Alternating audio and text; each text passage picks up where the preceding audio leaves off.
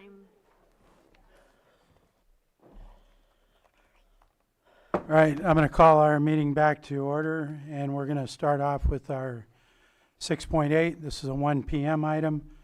Consideration of an agreement with Matrix Consulting for Community Development Department operational review, organizational assessment, development fee, and cost recovery analysis in the amount not to exceed $133,640. Mr. Rothstein, I'll turn it over to you. Good afternoon, Supervisors. Matthew Rothstein, Chief Deputy County Administrative Officer. As you are aware, the County of Lake issued RFP 261763 seeking a consultant to perform the study that's before you today.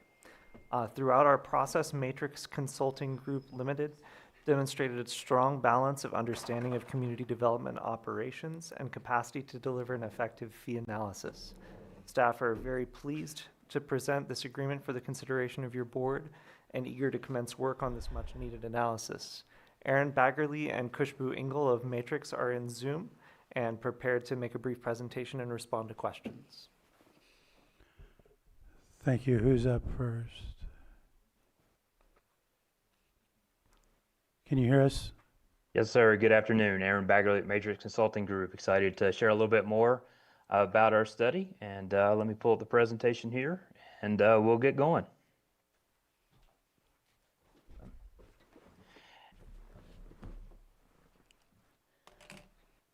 So, good afternoon. As I said, Aaron Baggerly at Matrix Consulting Group. I'll serve as a project manager and lead analyst on this engagement, and I am joined by my colleague Kushbu Engel, who will be the lead analyst on the cost recovery and fee study component with this. Just really a quick overview of our approach. We're a fact-based, analytical-based firm that includes a combination of former planning and development, community development, and finance department staff members in local government who've now transitioned to Matrix Consulting Group and consulting for local governments. That's the core business line that we have. We've conducted over 200 community development studies and 400 user fee studies across the United States, with a very heavy emphasis in California over the last 20 plus years as a company, but certainly most recently we're working on several different counties doing fee and cost recovery studies, as well as community development, process improvement, technology, organizational assessment, staffing assessment, etc. The hallmark of the Matrix Consulting Group's approach is an extensive engagement with both staff within the respective departments in the development review process, as well as county leadership as well, but also the customers that they have worked with and engaged with over the last couple of years. This includes focus group surveys, components of both staff, but also with those prior customers that have engaged with the county and the county's development review, permitting, and inspection process, with the ultimate goal of identifying and providing solutions to the county to make it a more predictable and timely and efficient development review, permitting, and inspection practice, but also to align fees at the end of the day to ensure that your cost recovery goals that the county board of supervisors and county officials have adopted to ensure that those fees are relevant and meet your cost recovery goals with that. We'll provide a much detailed implementation plan and strategy to the county at the end of this project to accompanying a pretty extensive report and analysis and findings to give you an action plan that will be outline priorities and timeline for implementation of these recommendations that come as part of this study. Just a quick overview of the organizational operational task plan. We also have this for the fee study, and we'll go over that as well. But we really break down our effort into three buckets.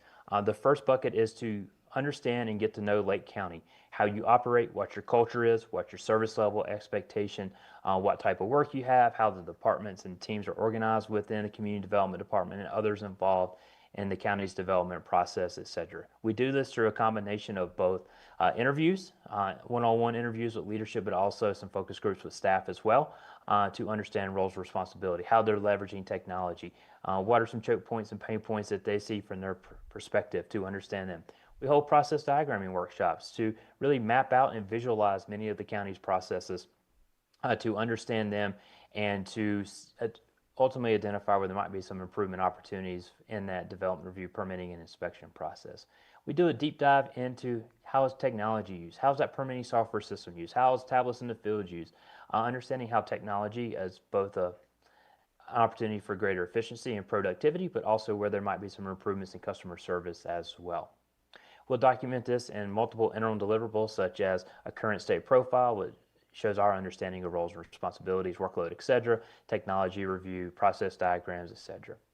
As I mentioned earlier, we will also have an opportunity, two input opportunities to meet with past customers. This will be through an online survey that is distributed to customers over the last couple of years to understand their perspective and how it went when engaging with county staff to provide opportunities for improvement, but also identify those key strengths that we should build upon as part of this. We'll also conduct focus group conversations to facilitate conversations with those customers to understand their perspectives in a little bit more detail, and we'll randomly select individuals to invite to focus groups and some one-on-one conversations with us. That'll really wrap up that first bucket of really getting to know the county, understanding your processes, understanding your approaches, and to really do our complete due diligence to understand Lake County as best we can. The second bucket is analysis phase, where we're going to identify and just really dive in deep into your operations, your processes, and how the county works. We'll do this through a couple of different methods. We'll do a best practices checklist comparison to identify where the county meets or does not meet or partially meets a list of about 75 to 85 best practices we developed throughout our experience in California, but also across the U.S. We'll also do a comparative jurisdiction diagnostic assessments with some peer communities to see how they're organized, their workload, their service levels, etc. as part of that. We're going to do a deep dive into your operations, your processes, your technology utilization, understanding your workload, looking at those service levels that you have. Should they be altered, improved, or maybe altered to be a little bit slower in some cases if that warrants to provide the right level of service to the community.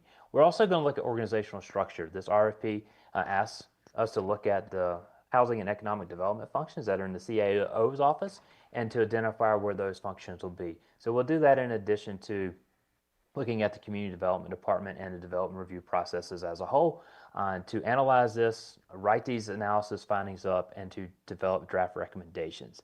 Then we'll work with the county to review the draft recommendations, finalize those, and develop that implementation roadmap, which will identify a priority level, a timeline for implementation and completion, and assign the staff member or role that is responsible for shepherding those recommendations through implementation, and develop a draft and final report that'll include all of our interim deliverables for previous tasks that I mentioned, but also the final report and recommendation and implementation plan. And we'll present this findings and recommendations back to the Board of Supervisors so you're well aware of the outcomes of this study. We'll turn it over to Kushbu to share a little bit more about the cost recovery and fee study component. Great, thanks, Aaron. So for the fee and cost recovery plan, we start with getting an understanding of what is your current fee structure. So meeting with the different divisions and service groups and making sure that all appropriate fees are reflected on there, things that are missing, making sure you're in alignment with industry standards for how things are currently being charged. So we start there. We then dive into a deeper analysis of what does it take to truly provide these services. So our approach is a bottom-up approach where for each individual fee line item on the county's fee schedule, we go through, we identify who all is involved in the process, how much time does it take, and when we're talking about that time, we're not talking about the most complicated projects they've ever come across or the simplest projects, but what are the typical types of projects that they're coming across. We then calculate fully burdened rates, which is not necessarily someone's take-home pay, but it's really the cost of what it takes the county to have them as an employee. So taking into account their salaries, their benefits, their productive working hours, overhead costs, both from an internal departmental standpoint as well as from a countywide standpoint. We take those components, we multiply them together, and we come up with the full cost of the service. We share that full cost information back with the different service areas, make sure all of our assumptions are appropriate and relevant. Once everybody kind of signs off on those, in the back, we'll be building our comparative survey. So similar to the operation side of things, we take a look at what other counties or other jurisdictions around you are charging for similar types of services. One caveat is that Similar to you all, there's a lot of times agencies haven't done these types of analyses in, several years, 10, 15 years. And so we're appropriate. We want to provide that contextual information. We then put all of this information together into a draft report, shared that with the department as well as county management, and then we finalize that information and bring it back to the board. One of the key components of this is taking a look at the cost recovery aspect of things. So when we're looking at this, we're calculating what's the true cost to the county of providing these services. That doesn't mean that's ultimately the fee that gets assessed, because you as the board have that policy decision making power where you can take a look at it and understand that this is beyond just recovering costs, that there's certain policy and implication factors of who this is going to affect, and taking a look at what does that mean in the grander scheme of things. If we continue to subsidize this service, does it make sense for these types of services to be subsidized? Or are there other types of services that should be subsidized? So we'll be able to provide those recommendations and those guidance to you as well as to staff on, what are the typical cost recovery ranges that we see for these types of services, what are more traditionally subsidized services, which compared to which services are typically higher cost recovery. So all of that information would come back to you all. And with that, I'll turn it back over to Aaron to wrap up the presentation. Thank you, Kushbu. Really quick, simple project schedule. A project like this typically takes 6 months. We propose if this is approved today, we will get started fairly quickly. Next couple of days, sending some data collection lists, but the draft and final reports would come in around the Thanksgiving for draft reports and December for the final reports for both the organization operational assessment and then the development fee and cost recovery study. The cost recovery study is a little bit delayed from a start because we've got to get going on the operational organizational assessment to finalize what those process improvements, efficiencies might be and how they could impact the ultimate fee costs related on. So with that, I will stop sharing and answer any questions you might have. Thank you. Matthew, do you have anything further? Nothing further to add. Okay, well, we'll start with Vice Chair Pyska. Yeah, it's higher cost than what we had originally anticipated, but it is going to cover what we need it to do. So I think that's appropriate. But where is the funding coming from? Casey Moreno is here to speak to that. Hello, we currently have it budgeted in special projects 1781. Okay, thank you. General fund. Supervisor Owen. Finding it, I lost my place, I'm sorry. Then while you're looking, so with that currently budgeted in this current fiscal year, whatever we don't spend, or it's next year, okay. So we don't expect any bills until the start of the fiscal year, okay. But then that was general fund. Fund 1781. Okay, I have just a couple questions. When we're paying for this, are we doing it on work completed, so on benchmarks monthly, or how is that being billed out? The contract calls for monthly invoices. Monthly, okay. When you're doing this for, you had mentioned the cost of, say, permitting. Are we going to be comparing to like counties as in size and income levels? So that, because, we're kind of on the lower end of income here. So typically we start with asking you all if there are specific counties or jurisdictions that you traditionally compare yourselves to. That's the first step. If that list doesn't seem fully complete, then what we'll do is work with you on the factors that make the most sense.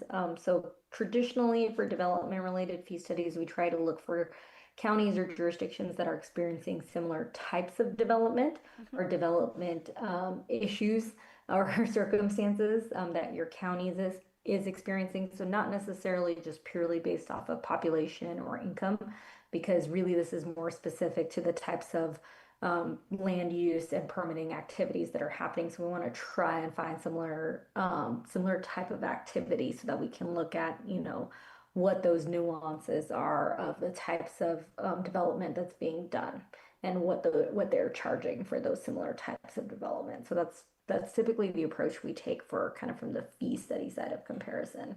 Perfect, thank you.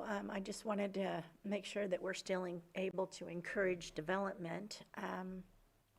Now, when we were talking about it a couple weeks ago, we had mentioned that it was gonna take about 7 months once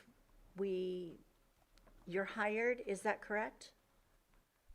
For Yes, the- that is correct. It's about a Okay. 6-month process to get to a final report, and then sometimes a couple extra weeks or a month to get on the board's agenda. But Okay, yes, because it'll, I had seen something in there where it stated a year, so next year, July, I think, in the readings. So I just want to make sure it wasn't going to take a whole year.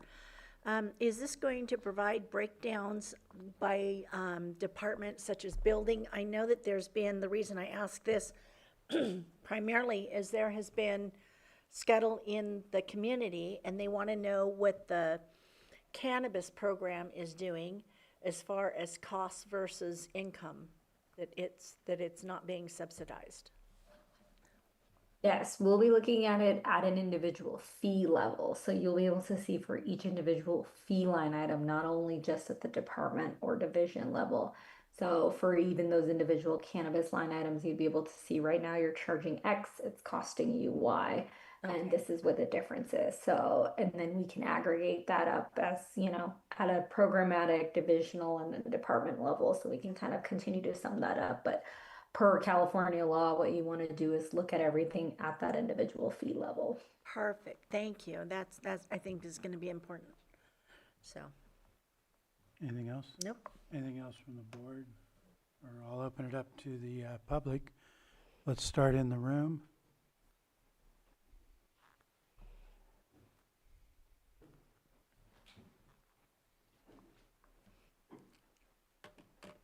Good afternoon, Board. I have a few questions. The first question is, and it's good that it looks like we're going to have a contract. My main question is, who do they report to ensure objectivity and transparency and avoid improper influence?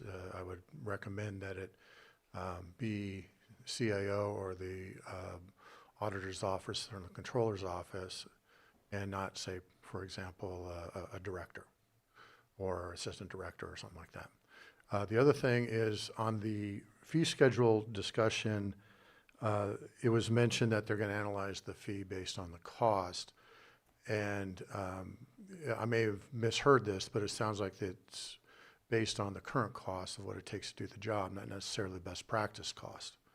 And I think that needs to be assessed. So, for example, if there is inefficiencies identified, say overstaffing or the wrong type of staff or something of that nature, structuring a fee schedule based on those inefficiencies does not make sense. It would make better sense to structure it on what is the best practice.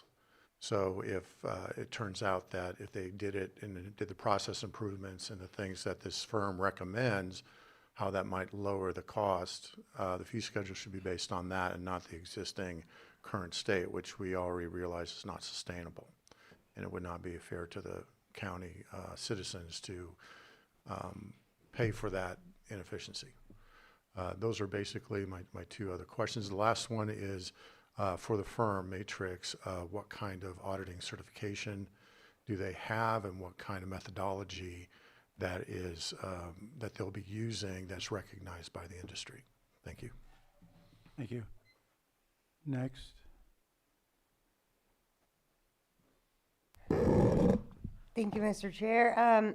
I just had a couple things, and for the fee and cost recovery program, and I believe that perhaps this is an appropriate opportunity to conduct a full analysis of the county's cannabis program to review the expense and revenue, including staff time, to make sure that it is operating efficiently and not at a loss to the county overall. It might not be directly subsidized, but it could be potentially being subsidized in other areas.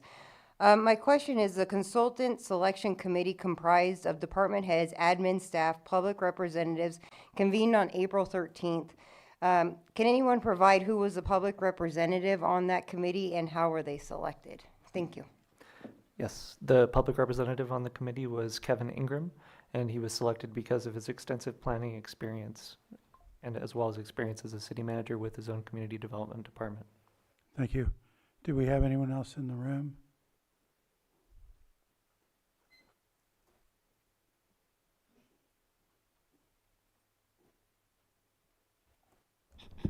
Good afternoon, Mr. Chair and Supervisors. Margot Kambara. Uh, This is a great opportunity for process improvement, so thank you, County Admin and Board for taking this step. Continuous improvement is always a good thing. I have a few questions and a comment. First is the process for this project calls for a stakeholder selection, so my question is, what is the criteria for that? And then one would be a caution, as you know, we as a county are strapped for revenue. We should resist the temptation to look for income by citing our residents looking for violations.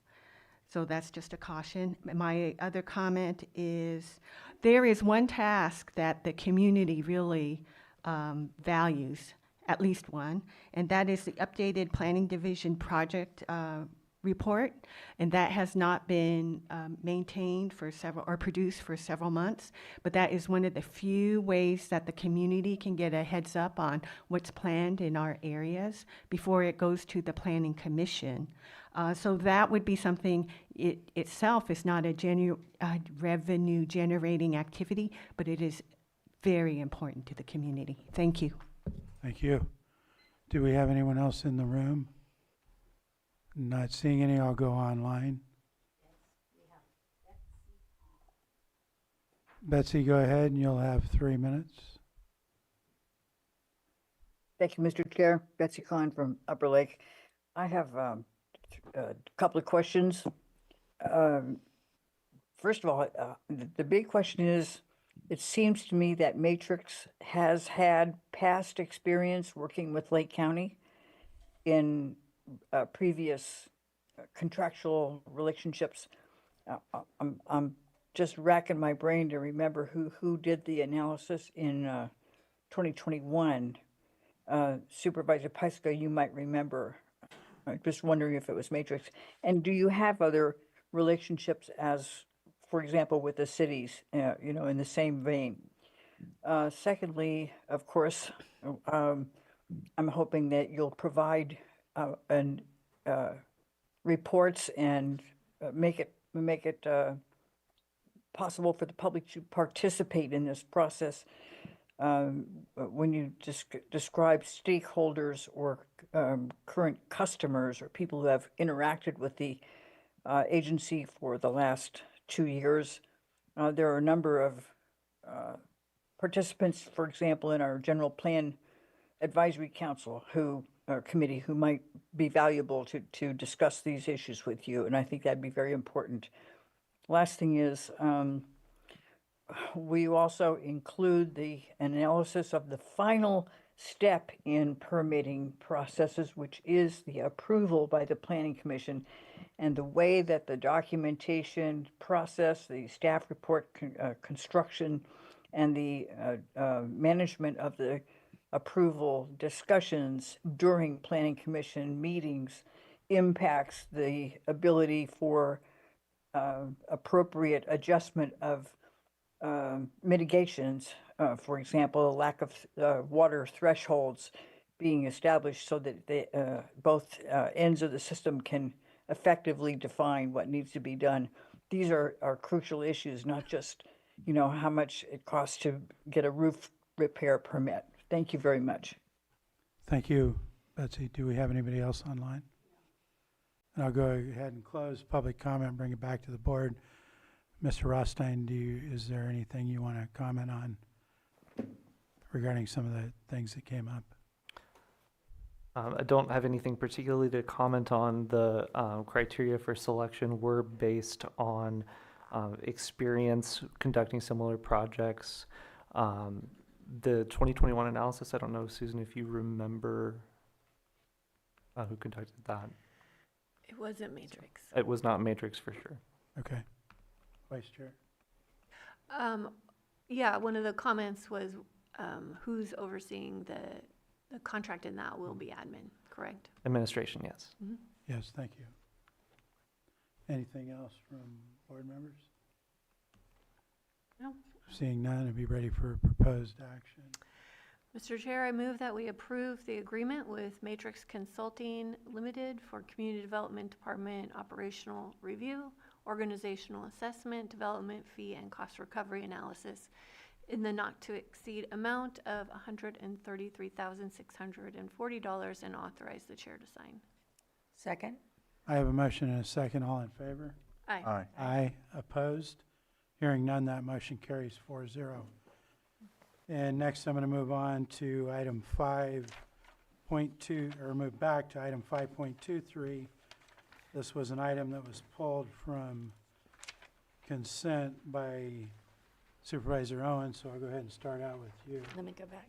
What number was it? 5.23, and I'll read off the item. Oh, okay. This is approve the use of small unmanned aerial systems, SUAS, by the Lake County Sheriff's Office. Approve the purchase and acquisition of SUAS from Adventure in the amount not to exceed $9,000. And did you want to comment on Yeah, that first? Go ahead. absolutely. Go ahead. Hello, Mr. Bigham. Hey, the reason this was pulled is I had something brought to my attention. The ACLU currently is suing Sonoma County, it's code enforcement primarily, because of lack of search warrants. And so I just wanted your intake on, because they're alleging warrantless drone programs, violations of U.S. Constitution, protections against unreasonable searches, and guarantees for personal privacy. In 1985, California Supreme Court ruling that prohibits warrantless aerial surveillance of homes. Now, I know that you had those down too for search and rescue, which I'm all for, obviously. I didn't feel it was right, since it was brought to my attention, that I didn't bring that up and have that discussion. So do we need 3 or what's your input on all that? Currently, we have a drone program that was approved by the board last year. We currently have 3 Matrice drones, which we use for investigative purposes, search and rescue, and et cetera. At that time, we intended to buy an additional 3 drones, these drones that we're talking about today. These are very small drones. They're probably 8 inches in width by maybe 4 or 5 inches total length. We classify those as interior drones. Right. They're used for interior searches of residences. And I'll give you an example of a situation that just occurred last week. We had a shooting over in Nice, where the subject potentially barricaded himself in an apartment. We did not have the capability of knowing if he was in the apartment without sending deputies into that apartment, which is extremely dangerous for the deputies and could result in a confrontation that could lead to lethal force or some other type of use of force. We had to call our partners over at Mendocino County and request their interior drones to come over. There was a delay in time. It delayed us. He wasn't in the apartment, but we couldn't leave the apartment, and it delayed us in doing a further search of the surrounding area to locate him and take him into custody. So having those drones would increase our availability, our safety of our officers, and our response to these incidents. Going back to what you're talking about, Fourth Amendment, there are several exemptions to the Fourth Amendment. One of them is exigency. So typically when we fly drones for situations like that, we're operating under the exigency exemption of the Fourth Amendment. Okay, there's a public safety risk we need to deal with this moment, and so we use those drones under that exception to the Fourth Amendment. They are used specifically for public safety and officer safety. And I'll use the example of last week. We would not be using that drone to conduct a search of the apartment per se. We'd be using the drone to send the drone in there and determine whether the suspect was in there or not and whether they are armed or not, so we can best respond to that in a safe manner. We would not be sending the drone in there looking for evidence of a crime in and of itself. If we were going to do that, then yes, we would write a search warrant. It's the same in an open field search or over the top of a residence. And I'll use a search and rescue example. If we have like Mendocino just had in Fort Bragg, over the weekend, they had a 10-year-old child that was, had ran away from home that they were looking for. It took them, I believe, 2 days to locate him. In that situation, we would use drones over residences because, again, that is an exigency circumstance. We're looking for a lost child. And we would, yes, unfortunately be looking into people's backyards, but we're not doing it out of an evidence search or trying to find evidence of a crime. We're doing it to find a lost child. If we were to fly drones over a residence to search for evidence, then we would absolutely have a search warrant, and that is part of our policy for that. Okay, so you do need the 3 to be, Interior drones, yes. We have the 3 larger drones for I knew large that. aerial searches, and then the interior drones will be used by our tactical team and then our deputies in situations where our only other option is to wait 45 minutes to an hour and a half for Mendocino to respond to assist us, or send a deputy or a canine into a residence. So no, and I'm all about officer safety, absolutely. I just, because this was brought up, yes, I wanted to just bring it up. yes. So thank you. And the reality of it is, just to expand on that a little more, if we were to use a drone without a search warrant over somebody's residence to search for evidence and we located evidence, that evidence would be thrown out of court as fruits of a poisonous tree because it was unlawfully seized in violation of the Fourth Amendment. Okay, Thank you. well, that was just it. Okay. I need to open this to the public. Is there anybody in the room who wishes to comment? I see 2 coming. Angela? Thank you, Mr. Chair. Since it got pulled, I'll take advantage of asking Sheriff Bingham a couple of questions. Are the drones equipped with GPS trackers for transparency to the public on where they're being used and if there is an issue down the road, for say somebody need to file a PRA on where it was used? And are they marked with any identification? Thank you. Thank you. They do have trackers as to where they're flown. And as far as any identification, no. Okay. Thank you. Next in the room. Good afternoon, Mr. Chair and Supervisors. Thank you, Supervisor Owen, for your attention to civil liberties and looking at the county's liability. And thank you, Sheriff Bingham, for looking out for our public safety and keeping your officers safe. I have just a couple of questions, and that has to do with data retention and access. Who has access to the data? Like what agencies? And are there agencies outside of Lake County who have access to that data? And if so, which ones? Thank you. Thank you. So if we conduct an aerial search of an evidence search, then we would retain that as part of our criminal investigation. If we're just conducting a search and rescue type search, we're typically not recording that and retaining that data for any length of time. The only people that have access to that video is internal within the sheriff's office, or we would share it with another law enforcement agency if we were conducting a joint investigation. Thank you. Do we have anyone online? We do. We have phone user 1. Phone user 1, please identify yourself, and you'll have 3 minutes. Good afternoon, Sky Lewell. I just had a couple of comments about the drone use in general. Thank you, Supervisor Owen, for mentioning the ACLU, because that was an issue that we had a concern with CDD wanting to use that for the same reasons for investigative purposes. But the real issue is that it is a concern over the amendments. And I would also like to highlight that the county already has the aerial imaging and satellite maps and GIS, but the question isn't whether it can be used, it's whether the county is going to spend more money on the tools that it already has. There are legal limitations to the UAV use, and to follow those limitations, respect the constitutional protections. But I would also like to highlight that CDD also has access to this technology, and instead of waiting for half an hour, I'm pretty sure you could utilize the existing resources efficiently instead of asking taxpayers and permit holders to fund the additional contracts in the studies. We spend years and todays hearing about budgets and shortfalls increases and reserve problems, the answer shouldn't always be more spending. It should be more management of the county resources already has. So I do urge that if CDD does have that and you guys are already operating through probation, you guys should be able to use those instead of spending more money to get them. Thank you. Thank you. Do we have anyone else online? Okay, I'll bring it back to the board for action. Go ahead, Sheriff. I would like to respond to that really quickly, and I understand the point that she just made, but all of that information that she's talking about, satellites and mapping, is not real time.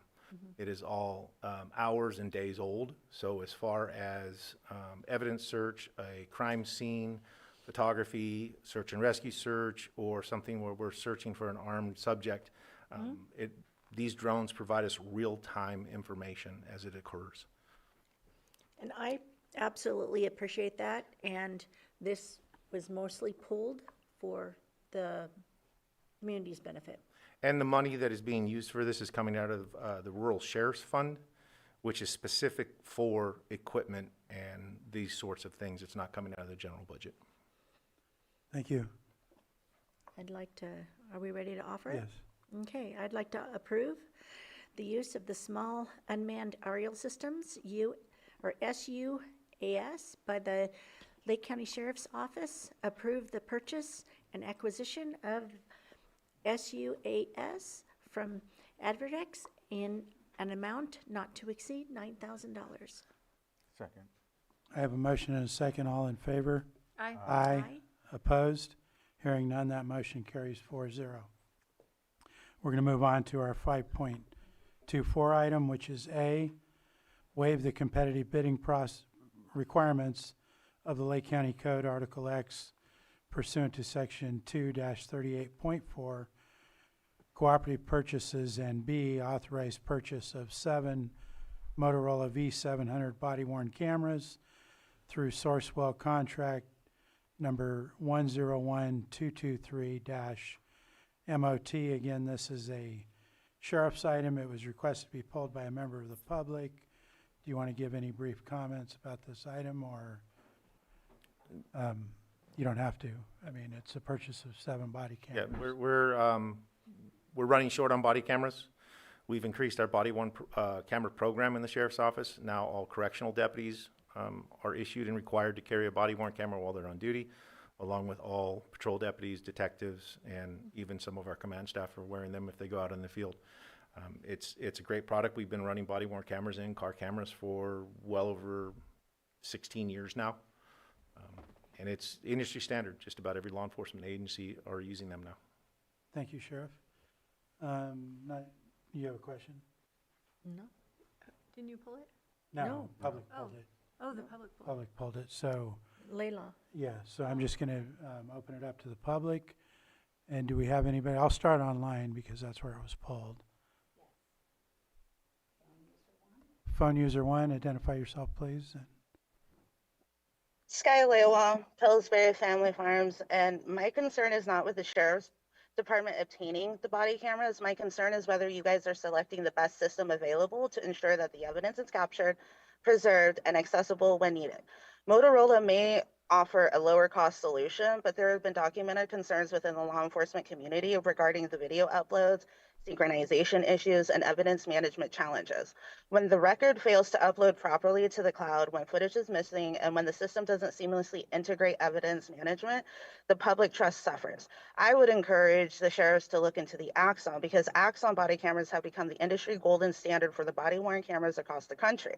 One reason is the highly integrated evidence management ecosystem, from recording to the storage to the retrieval of it.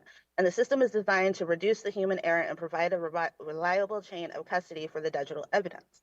Many agencies do favor Axon because of its ease of use and automated workflows and the reputation for reliability. And I would suggest that maybe you guys should look at raising the cost, because it does cost between $26,000 and $30,000 for a small department like Lake County. But it certainly isn't about the money. It's just about the transparency and the accountability. And I would encourage you to fully evaluate whether choosing the less expensive option could create a larger cost for you guys tomorrow. Because the public deserves confidence in every interaction to be recorded, every recording to be preserved, and every piece of evidence to be available when there's questions arise. Accountability is not simply about having the cameras, it is about having a system that the public can trust. Muleham. Thank you. Is there anyone else online? Do we have anyone in the room who wishes to comment? Not seeing any, so I'll close public comment and bring it back to the board. Do you have any comment on Scarletta's comments? Yeah, we've been running WatchGuard systems since we got in-car cameras and body-worn cameras, I believe and don't quote me on this, somewhere around 2012, we've been with WatchGuard. WatchGuard was recently purchased by Motorola, I believe, 3 to 4 years ago, and WatchGuard is now a Motorola product. We recently, within the last 2 years, have switched over to the cloud-based system where we used to have an internal server system. At this point, we have found no issues with the cloud-based system with the uploading or the retention of the video evidence. We have not lost any videos that I'm aware of, or if we had any corruption of our data that we've uploaded. Thank you, Sheriff. If there's nothing further, I'll be ready. This too, motion for exemption. Go ahead, County Council. Thank you, Mr. Chair. So yes, so it could be in one motion, and I have the motion language prepared. I just wanted to clarify for the sheriff if there's an amount that's being proposed as part of the motion approval for the particularly the 7 Motorola body-worn cameras, because it sounds like there's the purchase itself and then maybe an additional subscription. Or I believe it's just the purchase. The subscription goes with the body-worn cameras as part of the purchase price, and I believe, if I'm not mistaken, I don't have the item in front of me right now without pulling it up on my tablet. It was not to exceed, I think, $9,000 also. So I'm right in that area. So when your board is ready, I think. Yeah. We're ready. Okay. Right, so the motion would be a motion to approve the purchase of 7 Motorola V700 body-worn cameras through Sourcewell contract number 101223-MOT for the amount stated in said contract, and also to, along with that motion, find that this is exempt from competitive bidding requirements under Lake County Code Section 2-38.4. So moved. Second? I have a motion and a second. All in favor? Aye. Aye. Opposed? Hearing none, that carries 4-0. Thank you, Sheriff. Thank you. And next, I'm going to move on to our 6.9 item. It's a 1:30 p.m. item. Consideration of the microgrid incentive program agreement and Flash's reimbursement agreement. And this is going to be handled by our administrative office, Ben Rickelman. And you've got trained staff here. And I'll turn it over to you, Ben, to start.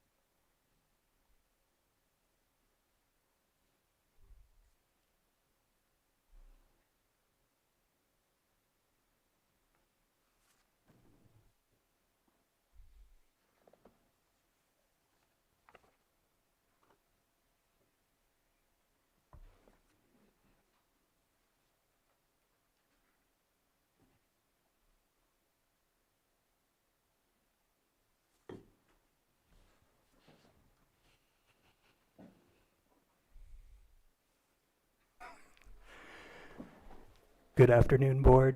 Ben Rickelman, Deputy County Administrative Officer with the county, and I'm joined by Michael Day, a lead on the Flashes project. What is for consideration today is grant agreements for the pre-development of the project. We are not bringing the project itself for approval. This would just fund pre-development work. So first, the program that would fund this, it's known as the Microgrid Incentive Program. Its acronyms MIP, was established through state law, and the CPUC oversees it, and it's for investor-owned utilities, which PG&E is one of 3 in California, and it's funded through ratepayers. The idea is for certain communities providing 24-hour at least microgrids, and there's a range of projects that have been selected for MIP funding, and Flashes is one of them. So what is Flashes? Known as the Fire Main Linked Auxiliary Supply Hydraulic Energy Storage. So if this project was to come to fruition, it would be 2 projects co-located, the Hartley and the Lucerne projects, primarily on Special District's property, a little north of Lakeport, by Poe Mountain. It would provide several assets to the community. One of them, as mentioned before, was the microgrid. So there would be 2 separate microgrids. They would provide power for at least 24 hours. And so if there's a PSPS, that would be an advantage to the community. It would provide a water source that could be a point of access during wildfires. And that could be accessed a few different ways, including from the air. It would generate energy. So how the system at a very high level would work is there would be 2 large tanks, one up in the hills and then one close to SR29. And the water flowing down would generate energy going through the turbines, and there would be a solar array that would provide the energy to send the water back up. So it's a closed loop system, and the energy would power the microgrid, but it would also be available to sell to the larger grid. So these would generate revenue, and as we are well aware, energy is expensive in California, so that's how it pencils out.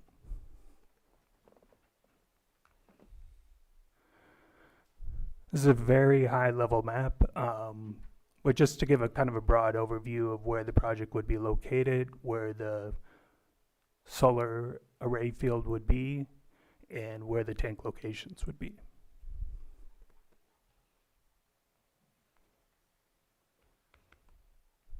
This is to give a feeling of the size of the tanks. So the tanks would be large. Part of it would be below ground and part would be above ground.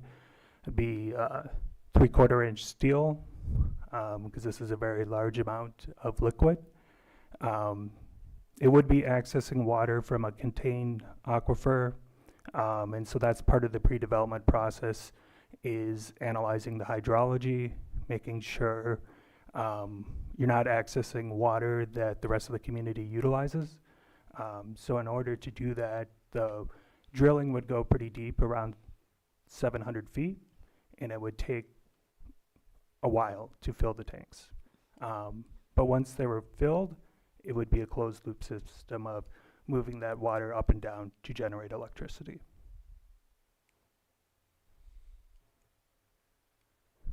So to reiterate again, this is grant funds that are available right now. It's actually been delayed a decent amount, not due to the county, but there was back and forth with the CPUC and the broader program with the language with several participants. So if this were to happen, the pre-development work would start pretty quickly. We anticipate the time frame for the pre-development would be about 2 years. And And so when thinking this through, being a big project, if the pre-development were to occur and we get through the process, the project itself would cost north of $150 million. So kind of the county's financial position, I mean, maybe the county has ownership in it because of the revenue, or it goes completely to a third-party off-taker. But that's a decision for in the future, if we get to that point. When Train has been working on this project, they have had third parties inquire about it because of the revenue potential. But because of the pre-development risks, no one has come forward and committed to developing the project. So that's what this grant funding enables, is the de-risking of the project. And just to emphasize again, grant funding for pre-development, not project approval. If we got to that point, it would still have to go through the entire planning process with the county to get it its entitlements.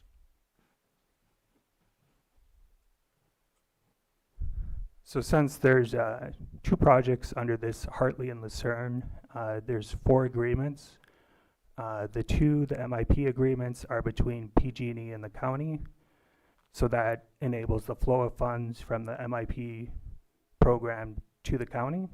And there's a 10% milestone reimbursement rate structure with this program. And then between the county and the contractor, Train, are the reimbursement rates. So if the board decided to proceed, we would approve the MIP agreements, and then we would approve the reimbursement agreements. And then because there is this reimbursement factor, so the county is never cash behind in the process, RCRC, who is excited about this project, offers the county a $200,000 loan at 0% interest. So the county is always cash ahead.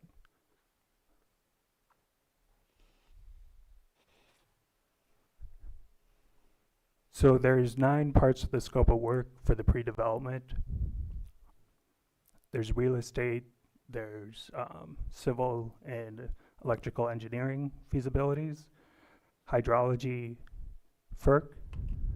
So with the federal energy regulatory apparatus, with the state CEQA process, the environmental and draft EIR, with our ISO, with the grid, interconnection assistance, application itself, and then administration. And as I mentioned before, if this was to proceed, the estimated time frame would be roughly from now until June of 2028.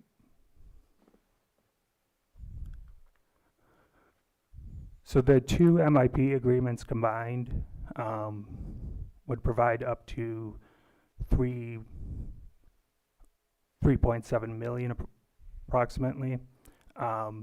It is broken down between the county and the contractor. So the county would be provided $254,401, and so that is for the ISO work to supplement the CEQA work, and then also staff administration time.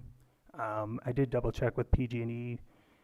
Let's say the CEQA budget is larger than what is in the agreement, we could use the staff augmentation amount for that. I think it's also important to note, and PG&E has confirmed this, let's say we get like 70% through this process and some part of the budget grows significantly over this amount. There's no clawback provisions with these agreements.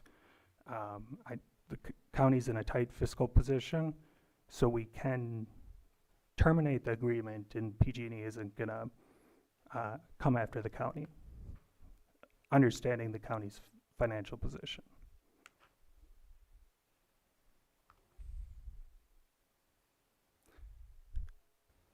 And so if the board wants to proceed, the sequencing, as I mentioned before, the MIP and then the reimbursement agreements.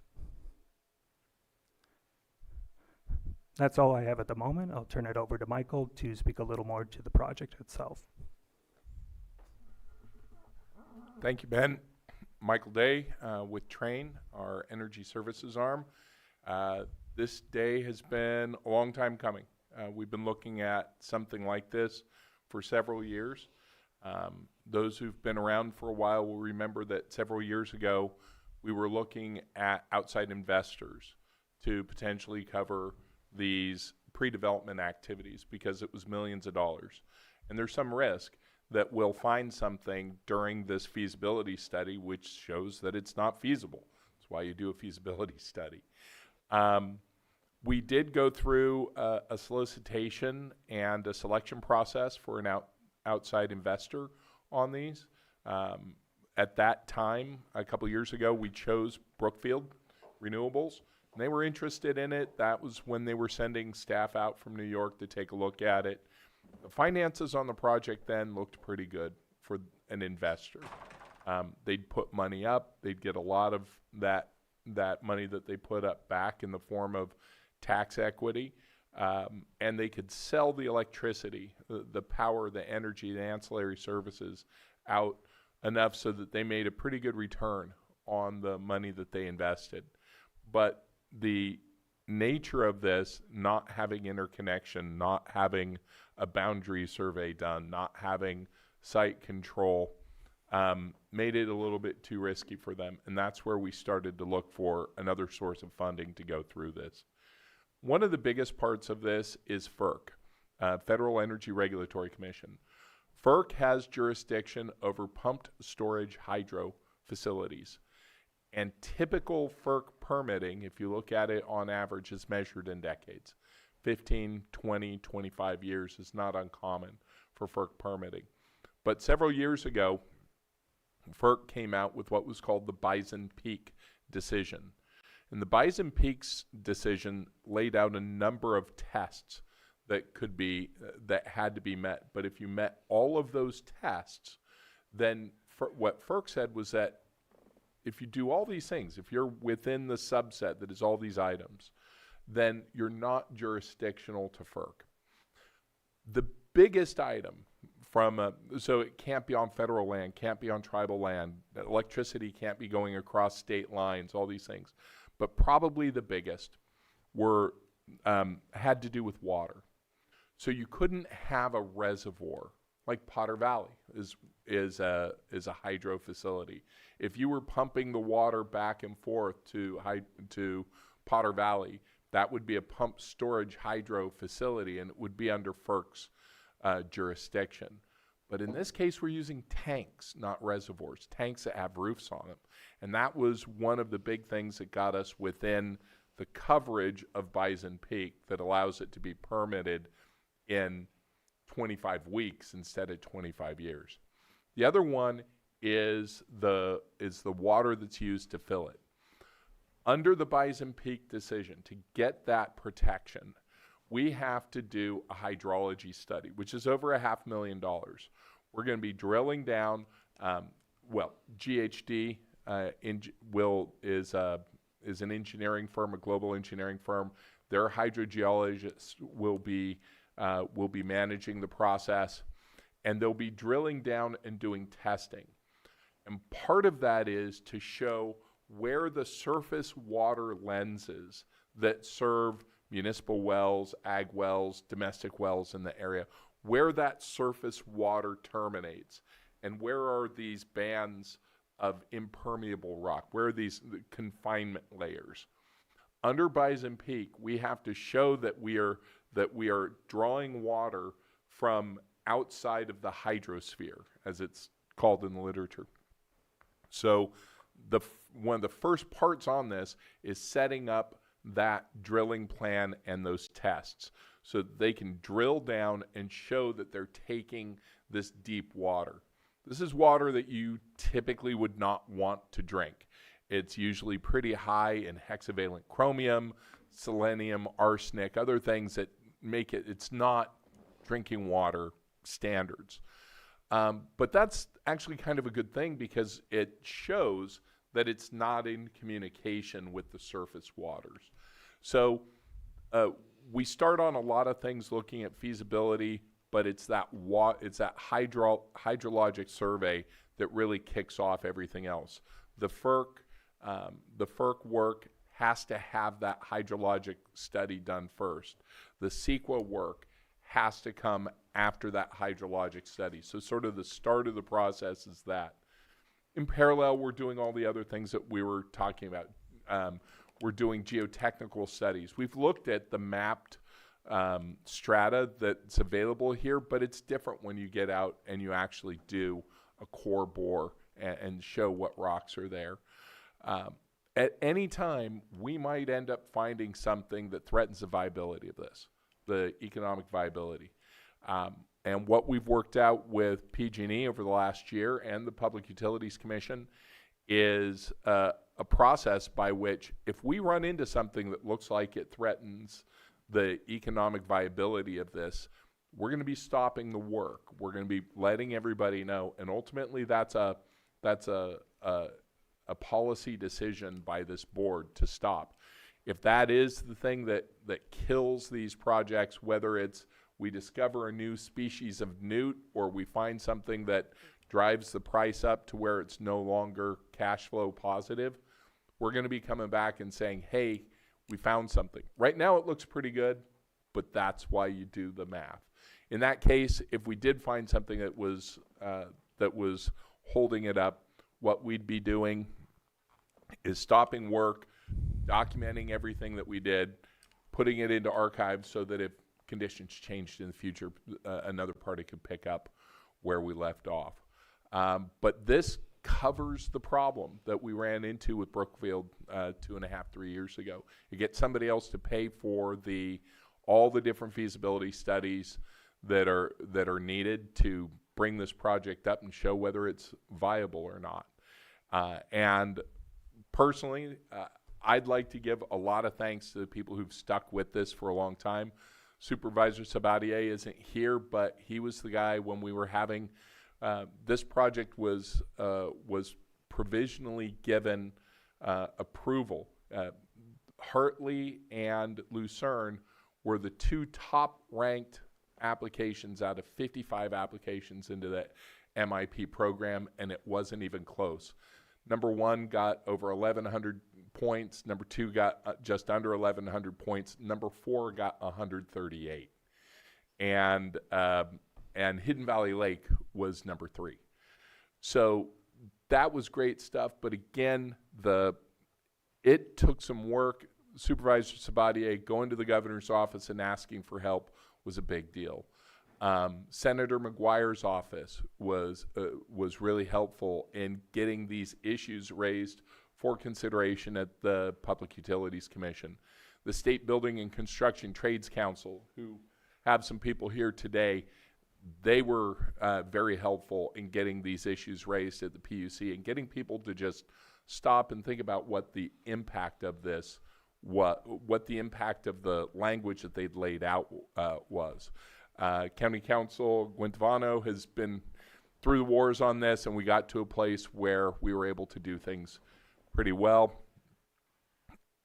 If this works, we're looking at something that has the potential to keep the lights on when they'd otherwise go out, to provide a really increased amount of firefighting capability that would be at no first cost to the county, that could generate a lot of revenue for the county, that could be used to plug other holes in the budget, and could provide a lot of jobs for local folks, not just during construction and not just in operation, but use this as a way to transform people's lives.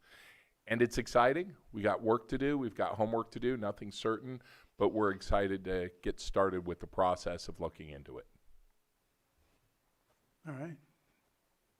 Just questions from the board at this point? I'm just glad you mentioned Hidden Valley, so, because did it get to completion? Supervisor Crandall, Hidden Valley Lake executed their MIP agreement with PG&E last month, and we've gotten started with the analysis process. To be honest, it's taken a few weeks to get all the contracts with the subcontractors in place. Lucky you with Lake County, it's the same set of subcontractors, so things will move a little bit faster for you than did getting them going, but they're underway on their analysis process. Go ahead, Supervisor Owen. Well, this is exciting. I do have a few pertinent questions. So has Train built a project on this scale previously? So there are a couple parts to that. We've done very large projects as the contractor before, but we're not necessarily going to be the contractor that builds this. But you have built these. We have not built this. We have not built this design. This design started to meet the needs of Lake County. But what we have done is when we were doing our work up till now, is we've worked with developers and providers that have built every part of it. So we've talked with tank manufacturers. We've talked with civil engineering companies that have done foundations. We've talked with pipeline contractors that handle the pipes coming down, the generators. So all the different components are standard components have been built many, many times that have existing codes and standards for how they're built in seismic areas and the things like this. But this system was designed to meet the needs of Lake County. So this system has never been built before? This specific system has never been built. This was designed for you guys. It was custom. Okay, so that was, and I was going to ask where it was built so we could check it out. I think I seen in the information, one of them would be producing around 10 megawatts and the other one around 20 Yes, ma'am. megawatts of electricity. Okay. Let me scroll down. Revenue, creating, of course, we're a business. Yep. So what kind of revenue are we looking at that the county, this should be an investment for the county? Who will own this, first of all? Okay. At the end of the feasibility, well, actually, to be honest, about a year from now, this is about a 2-year process overall to get through feasibility. The tail end of that, the last 12 to 15 months, is going to consist likely of 2 portions that drag out a while. One is CEQA, and the other one is the capacity sales, probably through the California Independent System Operator, CAISO. Those 2 parts will drag on for a while, but most of the feasibility work will be done 9 to 12 months from now. That'll give us a pretty good idea on the cost. We'll also in parallel be working with load serving entities to look at how much we can sell it for and doing the same kind of pro forma development that we did the last time around when we were working with Brookfield. Broadly speaking, there are 2 different ways that the county would be able to go at that point. One is to go back to the previous model that you choose a Brookfield, KKR, BlackRock, any of the large institutional investors that build, own, operate, maintain, and sell these, that they would be the people who build it, own it, operate it, and take the lion's share of the revenue coming from it, but they would be paying a leasing fee to the county for the use of county land. That's one model. That was a model we were looking at 3 years ago, and it made a lot of sense at that time because they would take the risk for doing the things that we're talking about right now, doing the hydrology study, doing the interconnection, and doing that work. Now that that risk is being taken on essentially by the ratepayers of California, the calculus might change on that, on which way to go. The other way to go would be for and this was the original way that we were thinking about it when we started this project several years ago, was that the county might own it. In that sense, an arm of RCRC, the Golden State Finance Authority, came out and said, if there was a utility that was buying the output, they could issue a revenue bond against that. In that case, and this is purely speculative, but the numbers were on the order of about $5 million a year of revenue to the county above debt service, operations, and maintenance if the county owned it itself. There's a lot of work that we have to do, and that number's highly uncertain, and we're not going to know till we do this work to check things out. But those are really the two big ways. I can say that in talking with folks at Hidden Valley Lake, they've floated the idea of forming a joint powers authority. If they're going to move forward with theirs, is there a way for both local governments to get together to form a JPA that there's some economies of scale of building both of these facilities at the same time, marketing their electricity together and stuff like that, and you know, sharing in the benefits. So there are going to be options for the county if this does prove to be viable. Again, personally, I think it does, but you got to do the math to figure it out. But that'll be a decision that really the county will start to look at roughly a year from now to figure out how it would like to go forward. And it's currently expected to be about a $250,000 commitment from the county. Is that right?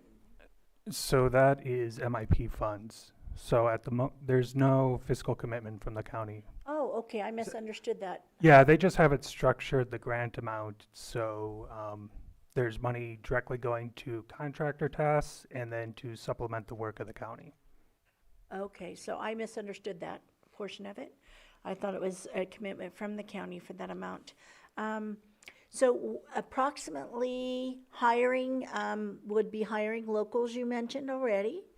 And how many will it take? How many will be employed? Not during construction, of course, but to operate and maintain. That part on the operations and maintenance, too soon to tell. But what I would say is that there's somebody here on the construction side who can talk about something. There's another part of this, which is a community workforce development agreement.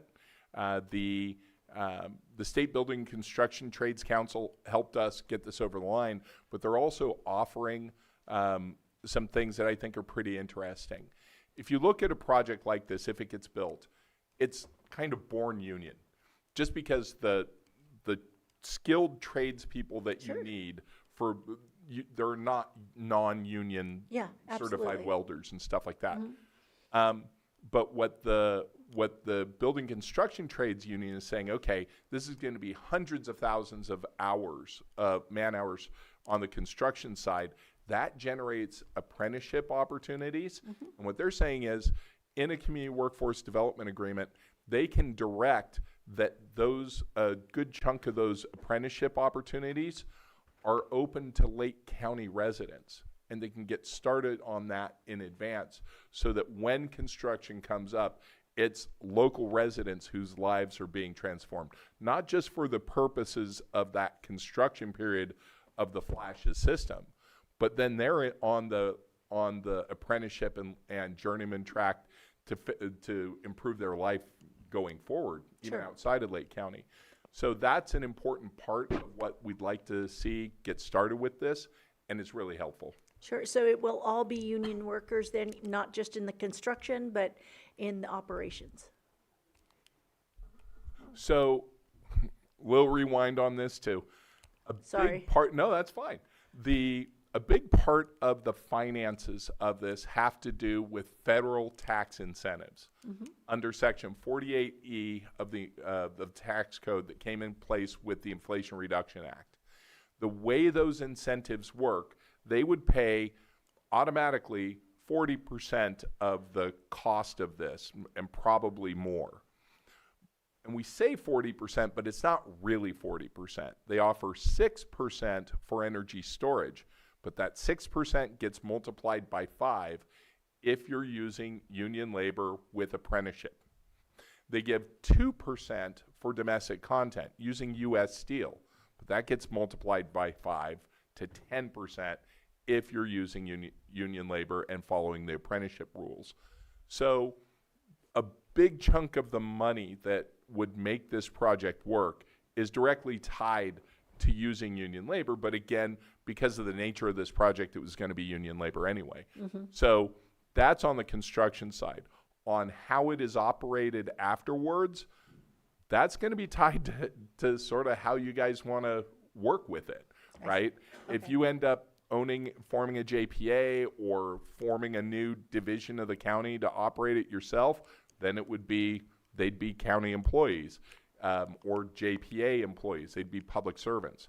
If you sold it off to a Brookfield, KKR, whomever the investor is, then that would be up to them, but probably subject to the negotiation of whomever you're selling it to.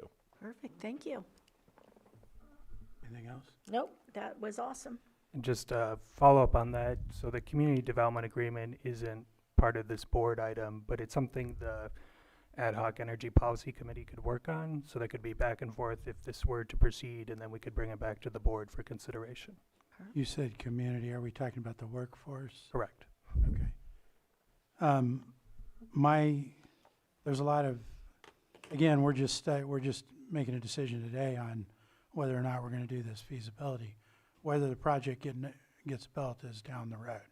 Yes, sir. One of my big concerns right now is, so regarding the money that's in here for the county portion of the EIR, Train's gonna handle some of the major EIR work to include this $500,000 hydrology study, correct? That's correct. And then we're guaranteed right now is a total of $70,000 for county EIR work. That's under the 47,000 and the 23,000. It's broken down by the two projects. And we could potentially rearrange the other 51,000 that would go to admin towards environmental. Correct. So that would give us a total of $131,000 potentially. 121. 121, okay. That's right, 121. I'd like to hear if we think that's gonna be enough money to do our portion of the environmental work. I know these numbers they're not fresh from today. They're a while ago. And costs go up, and by the time we get 9-10 months down the road, is it gonna go up again? So I'm not sure if our staff or anyone is able to give me a better idea on, I'm just trying to ensure that we have enough money for our environmental work, because we've got a tight budget this year. That's gonna continue a couple years down the road potentially. So I just wanted to try to explore that a little more. Is this 2 years old, the study? Yes. So the application was originally prepared in April of 2024. And so that's when we were putting it together. It was originally supposed to be submitted in April 2024. PG&E pushed the application date out to the 3rd of July 2024. So that's when we were, so let me rewind. The scope in here is for Train and our subcontractors to do all the work that's necessary to produce a draft EIR. So we take it through public meetings, incorporate comments, and submit the draft EIR. From that point, the county's own staff, augmented by outside vendors, would carry it forward the remainder of the way. The original budget was done with community development input back in April of 2024. One of the unfortunate parts is that we put that budget together then, expecting it to be awarded in October of that year. It was, but the contract language stuff drug it out until today. But there is one other part that I think is pertinent here, Chair Rasmussen. As I mentioned, most of the economic viability work on this is done in the first 9 months. That's also true for the pre-work on the draft EIR that would be going into this. So we would be finishing up the pre-work and getting to the county's part of the EIR process first. So if we found something which was a new golden newt that was going to stop the process, if we found something that was a new fault line that nobody knew, or steel prices go through the roof, or whatever the many things are that could make this project not viable, that would happen before the county's scope of work starts. All those other things are before. So we really have two solutions. Either A, something comes up in the feasibility study in the first 9 to 12 months, which kills it, at which point any future increases in EIR costs are moot because the project stops. Or we bring forward a project that looks really valuable to the county on a lot of different metrics, and there's a chance that some of those costs could go up in the future, at which point you'd have more information to make a decision at that point. Okay. Is our community development director able to give me any further information on? Thank you. I do appreciate the board's concerns because costs are rising so quickly on pretty much everything. That estimate was done a couple years ago, but we would be happy to get an updated, more detailed estimate. The project has sort of morphed over time, so it would be a good idea. We'll get on that. Thank you. Thanks. I think the project that's listed in here was June of 2023. Is the date on it from Ben with your signature? So I just have June 23rd, 2026. 2023 would be referred to. No, the original application date for MIP was in April of 2024, and then it slipped to July. Oh, okay. Maybe I need to put my glasses on. I'm sorry. No problem. Okay. Do we have any further questions right now? No, then I'm going to go ahead and open it up to the public. Go ahead and if you could state your name, please, and you'll have 3 minutes. Good afternoon, Chair, Vice Chair, Board of Supervisors, staff. It's an honor to be here. This has been a minute. We've scheduled and rescheduled, I think, a half a dozen times. We got here today. I just want to real quick give you an overview. I'm Mark Moliner. I'm with the California State Building and Construction Trades Council. I represent an organization that has 500,000 members in it and 65 to 68,000 apprentices on any given day. About 92% of the apprentices in the state of California are under our umbrella. We do direct hire, helmets to hard hats. We do tribal direct entry. We work with the communities. That's who we are. That's our brand. That's how we base ourselves. I want to just real quick say that after I get done speaking here as a state building trades representative, there is a local building trades council representatives here today that will actually be the boots on the ground doing the MC3 trainings and doing the local organizing for the local communities. And I just want to take a real quick step back. So I worked at the Geysers. I'm a 34-year UA steam fitter welder, started out pipelining, worked at the Geysers many years. The Geysers is a facility that has been there, and it is a very, very well-paying job, and it is a blessing to have it here in Lake County. I can go back to 2007 when I was first out there. We have averaged in the last 2 years, we reinvigorated our project labor agreement with them up there, Calpine up at the Geysers, and we've in the last 2 years had up to 40 people working up there on these pipelines and helping reconstitute and reinitiate steam for different areas up there on the Geysers. And over the next 10 years, the Geysers is projected to do a lot of work and invest a lot of money, okay? So what's really neat and exciting about this is that at the same time that we can talk about the Geysers, we can talk about Lake County and Flashes and what Flashes is going to bring to Lake County. If it works out, if it all pencils out, if everything comes back with the hydrology and the CEQA and everything looks good, this is going to be a good project. At the State Building Trades, we recommend always to work with the skilled trade local unions. We represent 15 unions.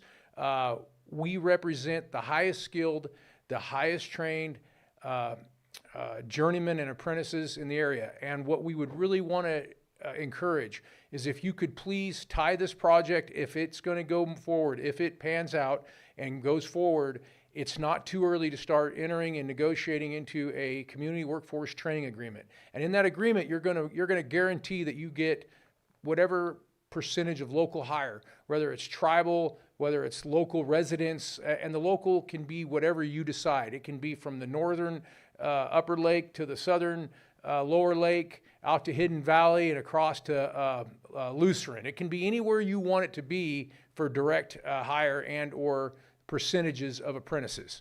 So, we want to work with you. The local building trades wants to work with you. The state will take the lead for initiating and working with the local building trades and anybody that you ask us to work with. So I heard my buzzer go off. I know my 3 minutes are up, and I appreciate you. Thank you. Thank you. Next in the room.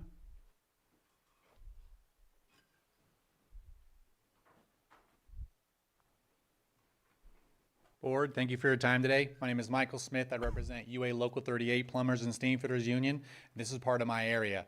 I'm here today to ask for your support and moving forward with I hate following Mark. He's such a good speaker. Look, I want to work with you guys. We're here. We're part of your community. We want to help educate and bring great jobs to your community.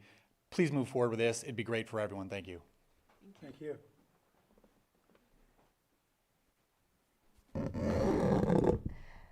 First, I want to say this has been an exciting project to follow since Mr. Day and Train began discussions about it several years ago, even though North Shore wasn't selected as a site for the first round. But thank you, Mr. Day, for your hard work.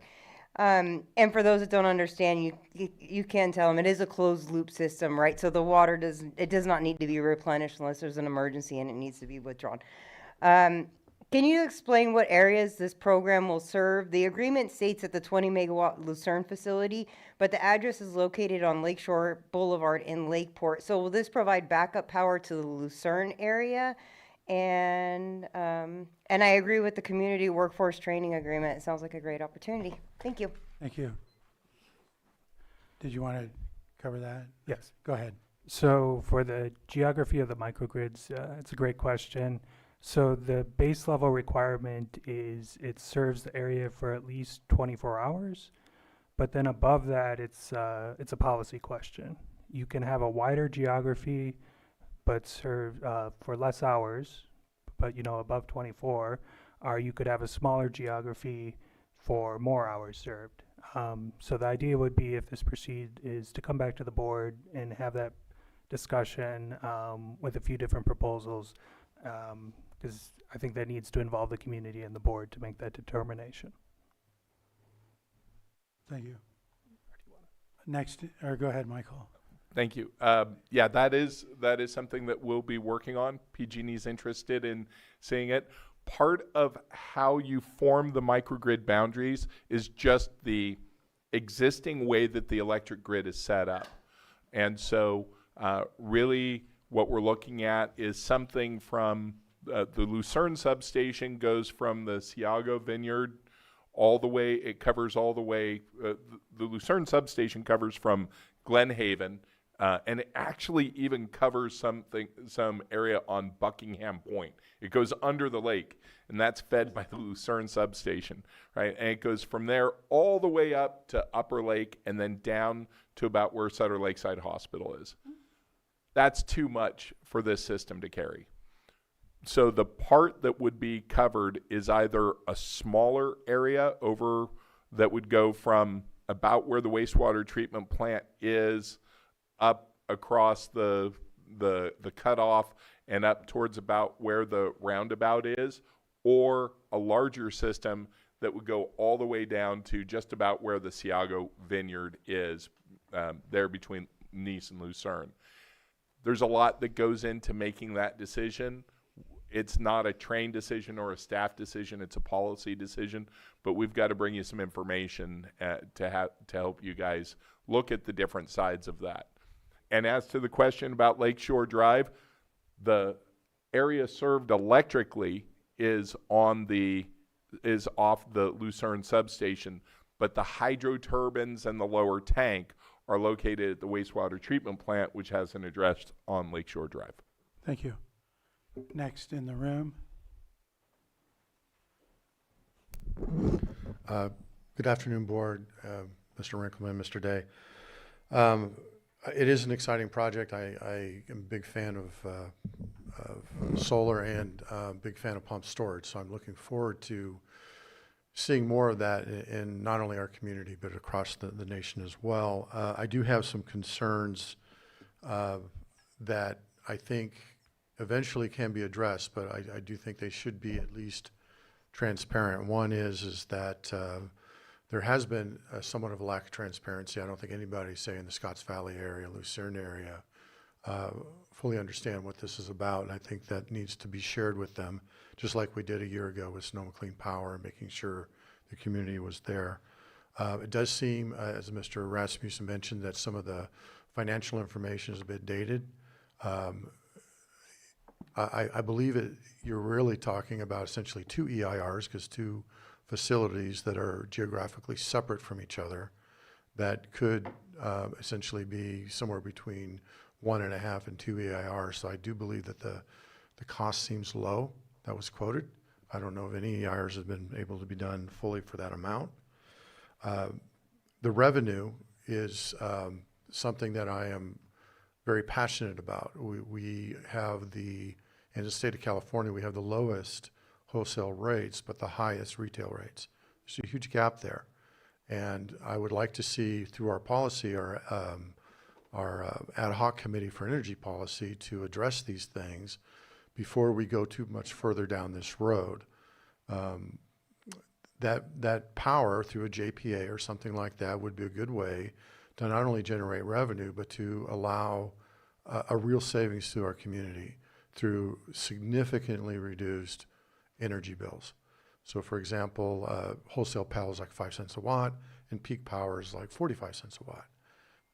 We should be able to have the ability to have right of first refusal to that power coming right back to us. And we don't have yet within this county the legal and financial framework for that. I do like the fact that we will be bringing in jobs for trade. I think that's an excellent idea. But with all due respect, I think there's been some evasiveness in what that's going to look like operationally. That is great for construction, but most of these facilities are practically lights out. You don't need much in the way of maintenance.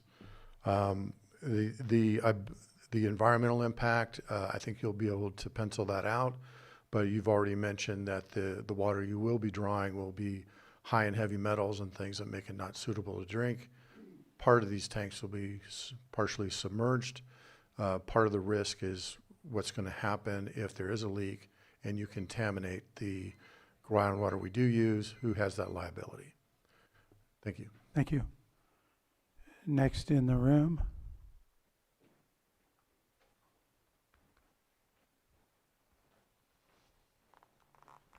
Good afternoon, board and all participants. My name is Joe Tremaine. I'm with the IBEW Local 551 right over the hill in Santa Rosa. For the purposes of feasibility studies and pre-development, that's fabulous. Those are the things it takes to get these kinds of things going. For the purposes of a community workforce development agreement, there are a few good points that I'd like to make about that type of thing and exactly what it brings to a community. So local hire, we've spoken about that. Mr. Day spoke about that. Really important to the local community here. As far as our local, we have workers that live in this area. They don't have necessarily the luxury of work taking place here in this area on a consistent basis. However, stuff like this is what it takes to get us there, community as well as the union trades. Carbon footprint, again, we want to keep our people local, the workers local, so that we're not polluting the environment, getting people coming in from Modesto or wherever the heck they be coming in from. And, you know, having a project built by your local residents is paramount, because those people care about their own area, and so they do good work. Apprenticeship programs, The electrical program has a 5-year program, no college tuition debt when you come out the other end, and a great paying job. That's something that the local people coming up, the young people that are going to get into the trades, would appreciate and admire. Then, of course, comes the skilled and trained workforce, which is essential to taking off any project and making it a successful project from beginning to end. And these people that are going to get into this program, get into the apprenticeship program, work on this project, not only will they have, their skilled and trained workforce certifications by the time they finish the apprenticeship program, but they'll come out of the program with a family health plan, a pension plan, something that enables them to retire with dignity, but also take care of their families while they're working in the trades. So I definitely agree with the project, would suggest the forward movement of the project and any community workforce development agreement that would take place because of it. Thank you. Which union were you with? Local 551, Santa Rosa. 551. Thank you. Next in the room.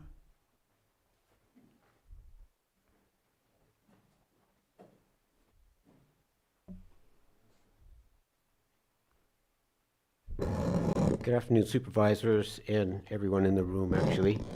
My name is Frank Cuneo. I'm currently the director of the North Bay Trades Introduction Program. This is a state-registered apprenticeship readiness program, one of approximately 20 like that around the state of California. And I also need to say that California is huge on apprenticeship. They have more than twice the number of apprentices as any other state in the nation. I myself was very fortunate to find out about apprenticeship. I came up as a not so wealthy person from a big family, had to struggle for a little bit.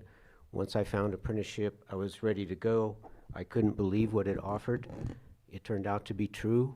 I worked in the trade for a while, became an instructor. While I continued to work in the trade, I taught at night. Eventually, I became what they call a training coordinator, which is the manager of the apprenticeship. I did that for about 20 years, and before I retired, I became the director of training for the Sheet Metal Workers Apprenticeship, covering 17 counties and about 850 apprentices in 4 facilities. I was also elected as the president of the California Apprenticeship Coordinators Association, indirectly overseeing about 50,000 apprentices in the state of California, and that was quite a few years ago. Now it's 90,000.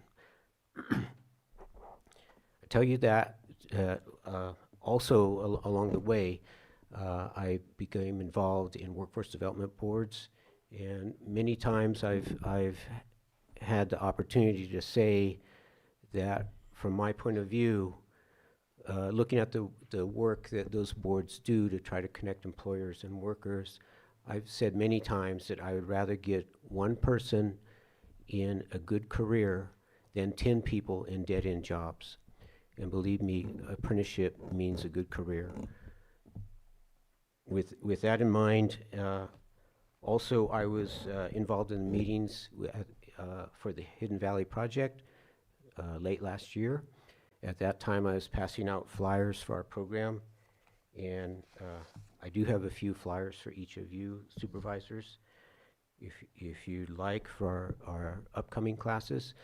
And since that meeting, we ran a class in Lake County in the town of Clear Lake.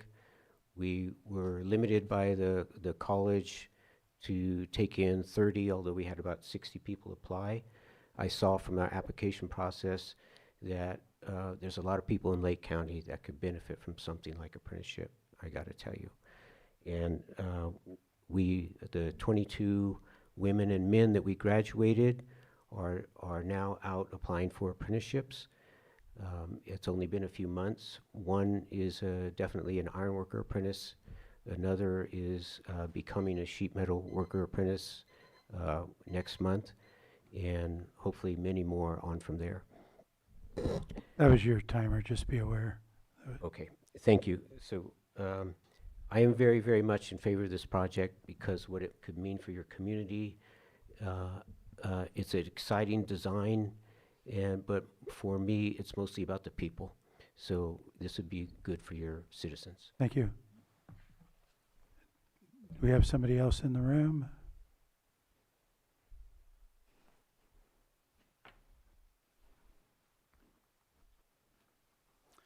Good afternoon, Mr. Chair, Vice Chair, members of the board. My name is Sal Flores. I'm with Operating Engineers Local 3. I'm one of the business agents here out of the Roanoke Park office. We have members working up here in this area. We definitely support, delegate with the North Bay Building Trades as well. So we support this project and hope, you guys can look into the benefits of the community as well as for working close to home. We have, I myself know of 10, 15 apprentices that are working down in Santa Rosa to Marin County and so on. So a project like this, the scope of it is going to give them the opportunity to work close to home and be able to benefit from all the benefits that the union has to offer. And not just here, but every craft too that's involved. We have one of the best apprenticeship programs these individuals can learn from and take those skills and go anywhere they go. These are skills they're going to take with them wherever they go. No one's going to take that away from them. So hopefully you can look into all that, consider all that, and as I'm stuttering my words, but in support of this project, and hope we can count on you guys to support it. Thank you. Thank you. Do we have anybody else in the room?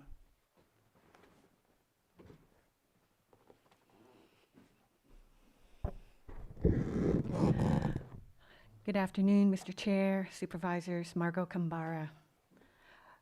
What is driving the timeline for the Flashes project? It sounds very exciting, what we're learning about here today, and it sounds like we're talking about real jobs. That's terrific. I'm asking about the timing because ideally we would have a comprehensive energy policy that would inform any kind of development project that comes before your board. And so as Mr. Chair, you had pointed out, why don't we have more recent data from the vendor on this project? What was available to the public was a response to a proposal dated February 2020. Oh my gosh, that's 6 years ago. And so it also included estimates and hourly rates, et cetera. I doubt those apply. It identified project personnel. I don't know if they're still on board with the vendor. But let's go back to the big picture. Again, ideally, the county would have its comprehensive energy policy in place before entertaining energy development projects. And a comprehensive energy policy can offer the county protections financially, environmentally, and to the county infrastructure.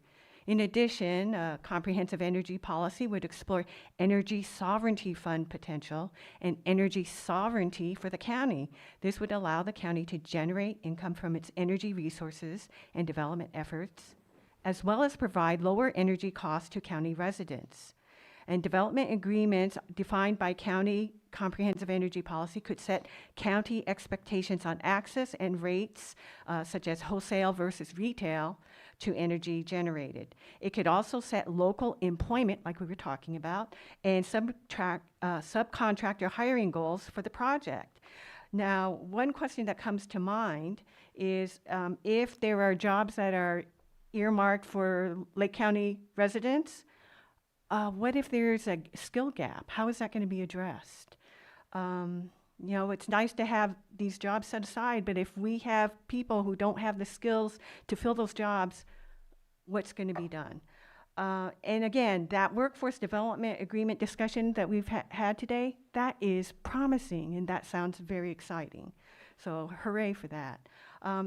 So I go back to what benefit or advantage does a county enjoy if it pursues a project now, as opposed to waiting for the development of a county comprehensive energy policy? And based on the information posted by the county to the public, it seems like there are gaps in the total cost of the project. Specifically, county operations and maintenance costs are not known. A major factor is the knowledge and experience of county staff with the new equipment and facility, and that needs to be factored into the general fund as an ongoing expense, if that's the route we're going to go. Ran out of time. My written comments have my full And we did comment. receive that. Thank you. Thank you. Do we have anyone else in the room? Not seeing any. Do we have anyone online? Yes, we do. We have Sterling. Sterling, you're up. Yes, I want to first say thank you for the presentation, but there is one word that was repeated multiple times and on any other word, including the people doing the presentation. The word is policy. They said they would do with what the county's policy is. We have 3 of the Energy Ad Hoc Committee members sitting here. We have came to this board multiple times expressing how important an energy policy is. I understand this is just the beginning of the project. I do agree with Tom and Margot. We need to figure out how much is going to be coming out of this general fund to fund this project. Old numbers are old numbers. We need the new numbers, especially when we just did the budgets and we are looking at a $4 million deficit or $7 million deficit in 5 years. And then the gentleman presented stating that, you know, other companies can come in and buy, say like BlackRock. That is one company we do not want in our county. BlackRock is not a good company. Another screaming thing of policy. We need to protect our county before we go any further. Now, the labor unions coming in here and supporting this, I appreciate them bringing in this apprenticeship. I think it's very important. But why can't we bring these apprenticeships in before we have anything like this done? Then we already have our residents already trained and ready to run these facilities, because once they get trained, they're not going to have their apprenticeship done on time to be able to run these. So no matter what, we're still going to bring out of county people to run these facilities. There's a lot of out of county people that work at the geysers. And then also a couple of these people that came up and made their comment, they're from Santa Rosa and Sonoma County.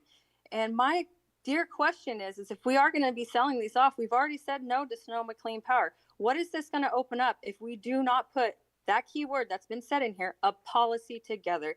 Today is the day that you guys could say, no, let's get our energy policy together and let's preserve and protect our county for our residents and our land and our water. Thank you for your time. Thank you. Do we have anyone else online? No. Okay. I'll close public comment and bring it back to the board. One thing I think what's driving this is the money's available today to do the feasibility. Doesn't matter. We don't know when it's going to be available again. That's my understanding. That's absolutely correct, Chair Rasmussen. We've been working at this for a couple of years. If you trace this back to the original legislation that led to the microgrid incentive program, that was 8 years ago. So it was 2018 when that legislation was passed. I was just going to say all that, but keep going. Go ahead. Thanks, Supervisor Crandall. Yeah, we got started on this 8 years ago, and so the window is open now to get the funds to pay for the feasibility study. And so, again, it's going to take a couple years. I understand that you have an energy policy committee. Personally, not speaking for Train or anybody else, I would think that these are exactly the types of things that should be running in parallel. I think that the information we get from this will help make the work of the Energy Policy Committee better, because it will give you more options if it turns out that this is viable.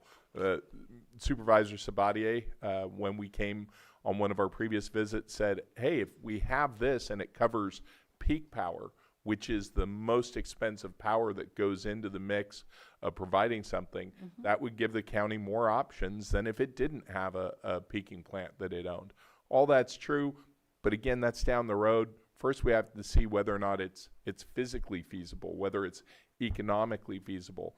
And yeah, we know that the numbers are dated, but that's sort of what the purpose is of this, is to update these and get a better idea and reduce uncertainty. Thank you. Go ahead, Supervisor. Yeah, I was glad you mentioned that, Michael. I wanted to thank you. I know that when I first got on as a supervisor, the 2018 project that was proposed for Hidden Valley was already being talked about. And then Supervisor Sabatier and myself met with you initially, I think it was 2019, and that's when we started. Yep. And we met because we were having the PSPS. We just had the 2018 Mendocino Complex fire. And so we were looking at other ways to not only control those or mitigate some of the PG&E costs, but also fire mitigation. So it was an ideal thing to look at. We kept each year basically meeting about it. I think COVID kind of killed part of that whole year, but each year we met about it and talked about this, even to the extent of Lucerne. I remember the North Shore Fire was looking at trying to put this together. So there was meetings in Lucerne, so there was transparency. So there was all sorts of talk, and this has been going for quite some time. I think it's a really good thing to have in parallel with the energy policy group. This will be something we can do together. Like, it can work simultaneously, and I don't think it's going to hurt. It's not moving too fast. It's actually moved longer, and I think there's a lot of questions that do need to be answered. But at the same time, I know how long this has been. I know how far it's come, and so I just wanted to kind of give that insight so that folks know, because this started in 2018. 2019. We even met with, we had that meeting out, or that press release out in Middletown when the funding came available during then, and we were looking at that potential. So there's been quite a bit going on with this. There has been meetings, and I think it's important that if we do move forward, that we'll make sure that there's more out there so that there's a lot of transparency about it. Supervisor Hahn? Yeah. I want to push back a little bit on the comments that have been made about the Energy Ad Hoc Committee, in the essence that this is a new committee that just took place this year, and we're working on it. And I know that we've expressed, and Ben Recommend has been part of that, as well as Jessica, and we've been expressed that, and we're doing our due diligence trying to put something together. I do not want to wait on this. I believe that we missed the moat because Lake County was slow and difficult to deal with the geothermal geysers. Do you know that Sonoma County gets 25% revenue because we did not want to cooperate, and they put it just over the line? Well, that was foolish looking back, isn't it? And what we're doing, we're not approving the build, what we're doing is approving the exploration. And I think it's pretty silly, since the funding's available. I know I had questions, which I need to ask those questions. But I think we'd be foolish to drag our feet. And so that's where I'm standing on it. No, I appreciate that, and I feel confident. Can't speak for our energy policy because I'm not on it, but I'm confident that they're going to be back to us with a policy significantly before we start talking about whether or not to build this project. Yes. I believe that. That's the intention. So the rough time frame for this analysis is about 2 years, and we plan to be back as the policy committee back in front of the board well before then. But this analysis will help inform our work. Right. And thank you. The reason I brought up I'm in favor of this. There's a lot of positives to it. I just had to bring up the CEQA cost for us, because I think we need to be aware that that's probably going to cost more, and we're going to have to find that money somewhere. Yeah. So that's what I wanted to. Yeah, and a lot of what we're asking is for the public's benefit more than anything, right? So that we're forthcoming to them, and we have done our due diligence and asked those questions. I do want to add a couple little things during the speaking on the microgrids, to be able to keep people online and serve the service during emergencies. I would like, when that's being laid out, that the hospitals be included. I think they're number one that we need to keep lit up. I know they have generators generally, but they should come first, emergency services. The other thing, as far as if we were to keep it here, I know somebody had mentioned, and I've been all about that as well, but in the research I've done so far, doing like a JPA or something and servicing our county, one of the big issues is we don't own the transportation lines. So it's not going to be quite as big a savings as we might have thought, because the cost to PG&E for transportation. So that's it. All right. And did you want to say something? So one of the things on the Supervisor Owen is in addition to having the main trunk lines, what are called express feeds, that take the power in normal circumstances from the generators to the substations, the design also includes a hardened secondary supply system. It would be supplying the Northwest Wastewater Treatment Plant, the County Emergency Operations Center, the jail. It would be taking it over to Sutter Lakeside Hospital. Okay. It would be undergrounded. It would be armored. It would have automatic transfer switches.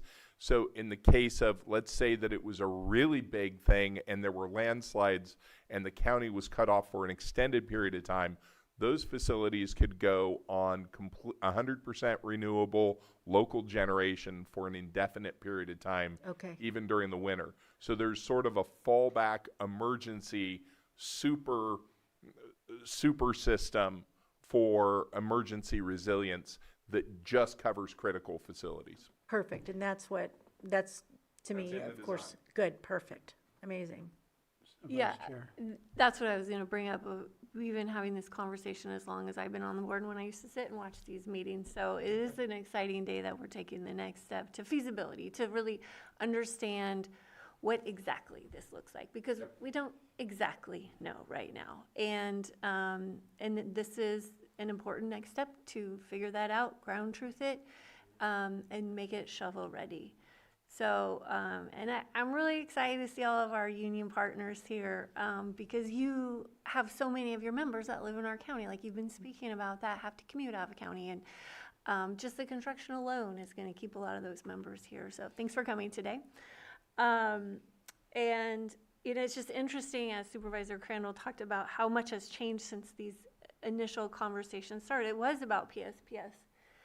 We don't have those events anymore, but we still need to focus on resilience because we don't know what's coming, and to have our critical infrastructure safe so that we can provide emergency services is absolutely top of mind. So I'm excited to take the next step with this. Supervisor Crandall. And also to mention, you meant there was a time when we had freezing conditions where we couldn't even trip the grid that we agreed with PG&E because of specific policy. So there's also, just because there's not a PSPS, there's also these events that happen where this can help with the microgrid. So I don't know, all of those things took place that put us in modes to be power off, going to the senior centers, going to these different places for power and getting people meals and things like that. I don't want them to come back, but I want to be ready for them. So this is something that can help for that. And I just wanted to mention that once you said the PSPS. Thanks. Yeah. And then before we take action, can we discuss if we're going to give consensus to direct the policy committee, Energy Policy Committee, to also work on the community workforce development agreement? So I believe that we're bringing an update to the board next month, right? I think it's in July, and The 14th, yes. Of July, we had missed the last meeting, right? Should we push it out a month? Question. So the update was just going to be on one specific thing. It wasn't going to be kind of the broad policy. Oh, okay. And I can resend the email, but we could also discuss this too. So you want to put that on for that item and discuss it again at that point? I think there's going to be a lot to discuss at that item. There's been, we're just, like Supervisor Owen said, we're just at the very beginning of this. That's fine. We I have just a lot want of to work make to sure do, we so have. it'll be an update, and we can Okay. talk about a lot then. I'm happy to just wait and discuss it then. So then I think we're ready for action, unless you have something else. Nope, I'm sorry. Mr. Chair, I move to approve the microgrid incentive program agreements between PG&E and the county. Go ahead, County Council. The motion. So that would be, it's actually two motions, so that's the first motion. Right. And authorize the chair to sign each of these agreements. All right, and authorize the chair to sign. Second? Are they separate motions? Because Yeah. that's what I was doing. Yeah. So, yes, so you mentioned the first part, which is should be the first motion, again, to motion to approve the microgrid incentive program agreements, plural, between the PG&E and the county, and authorize the chair to sign each of these agreements, which is two agreements. So moved. Second. I have a motion and a second. All in favor? Aye. Aye. Opposed? Hearing none, that motion carries 4-0. And then the second motion now pertains to the reimbursement services agreements, which is the motion to approve the reimbursement services agreements between Train and the county, and authorize the chair to sign each of those agreements. So moved. Second. I have a motion and a second. All in favor? Aye. Aye. Aye. Opposed? Hearing none, that motion carries 4-0. And we're going to go on a break for a few minutes. Goodness.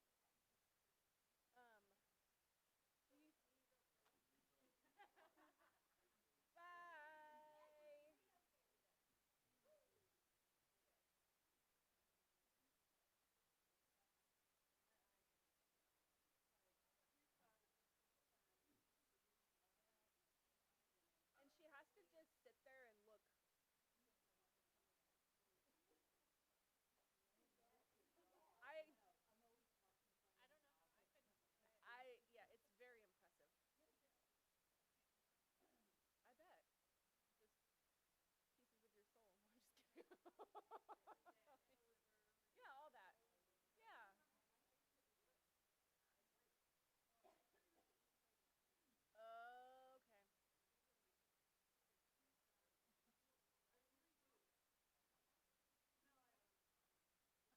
Okay.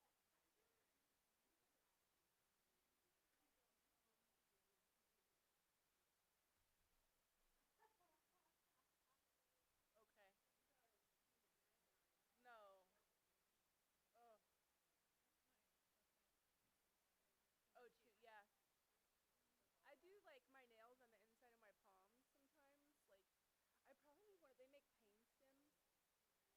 Yeah. Yeah. Yeah.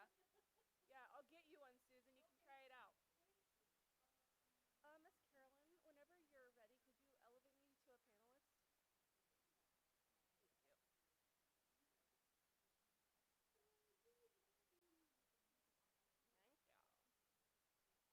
Thank you. Thank you. Stop it. Okay.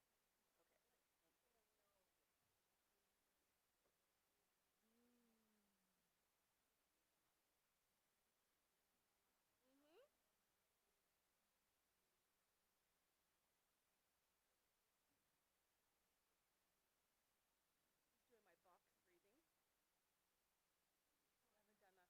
but I always forget it actually like works really good.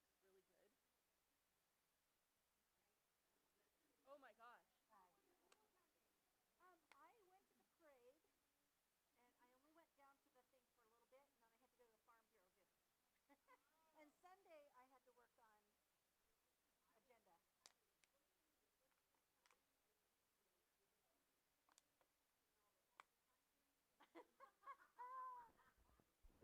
It was fun, though. The parade was good. Yeah, it was fun.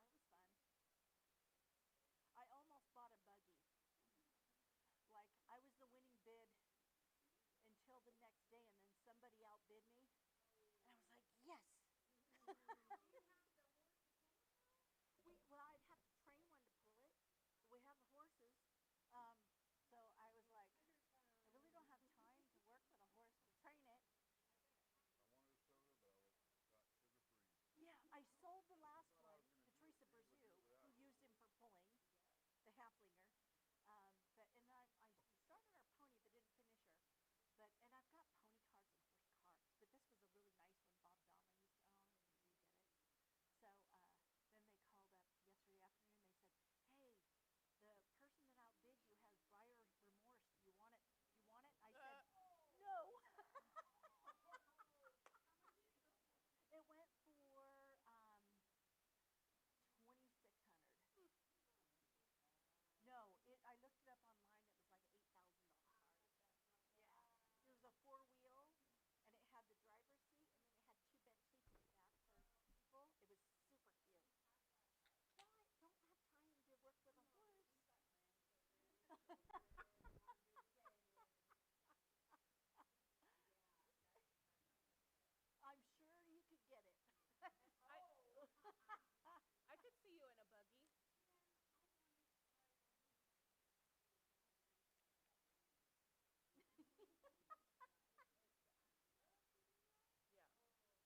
I tried to talk my daughter into bringing the kids down.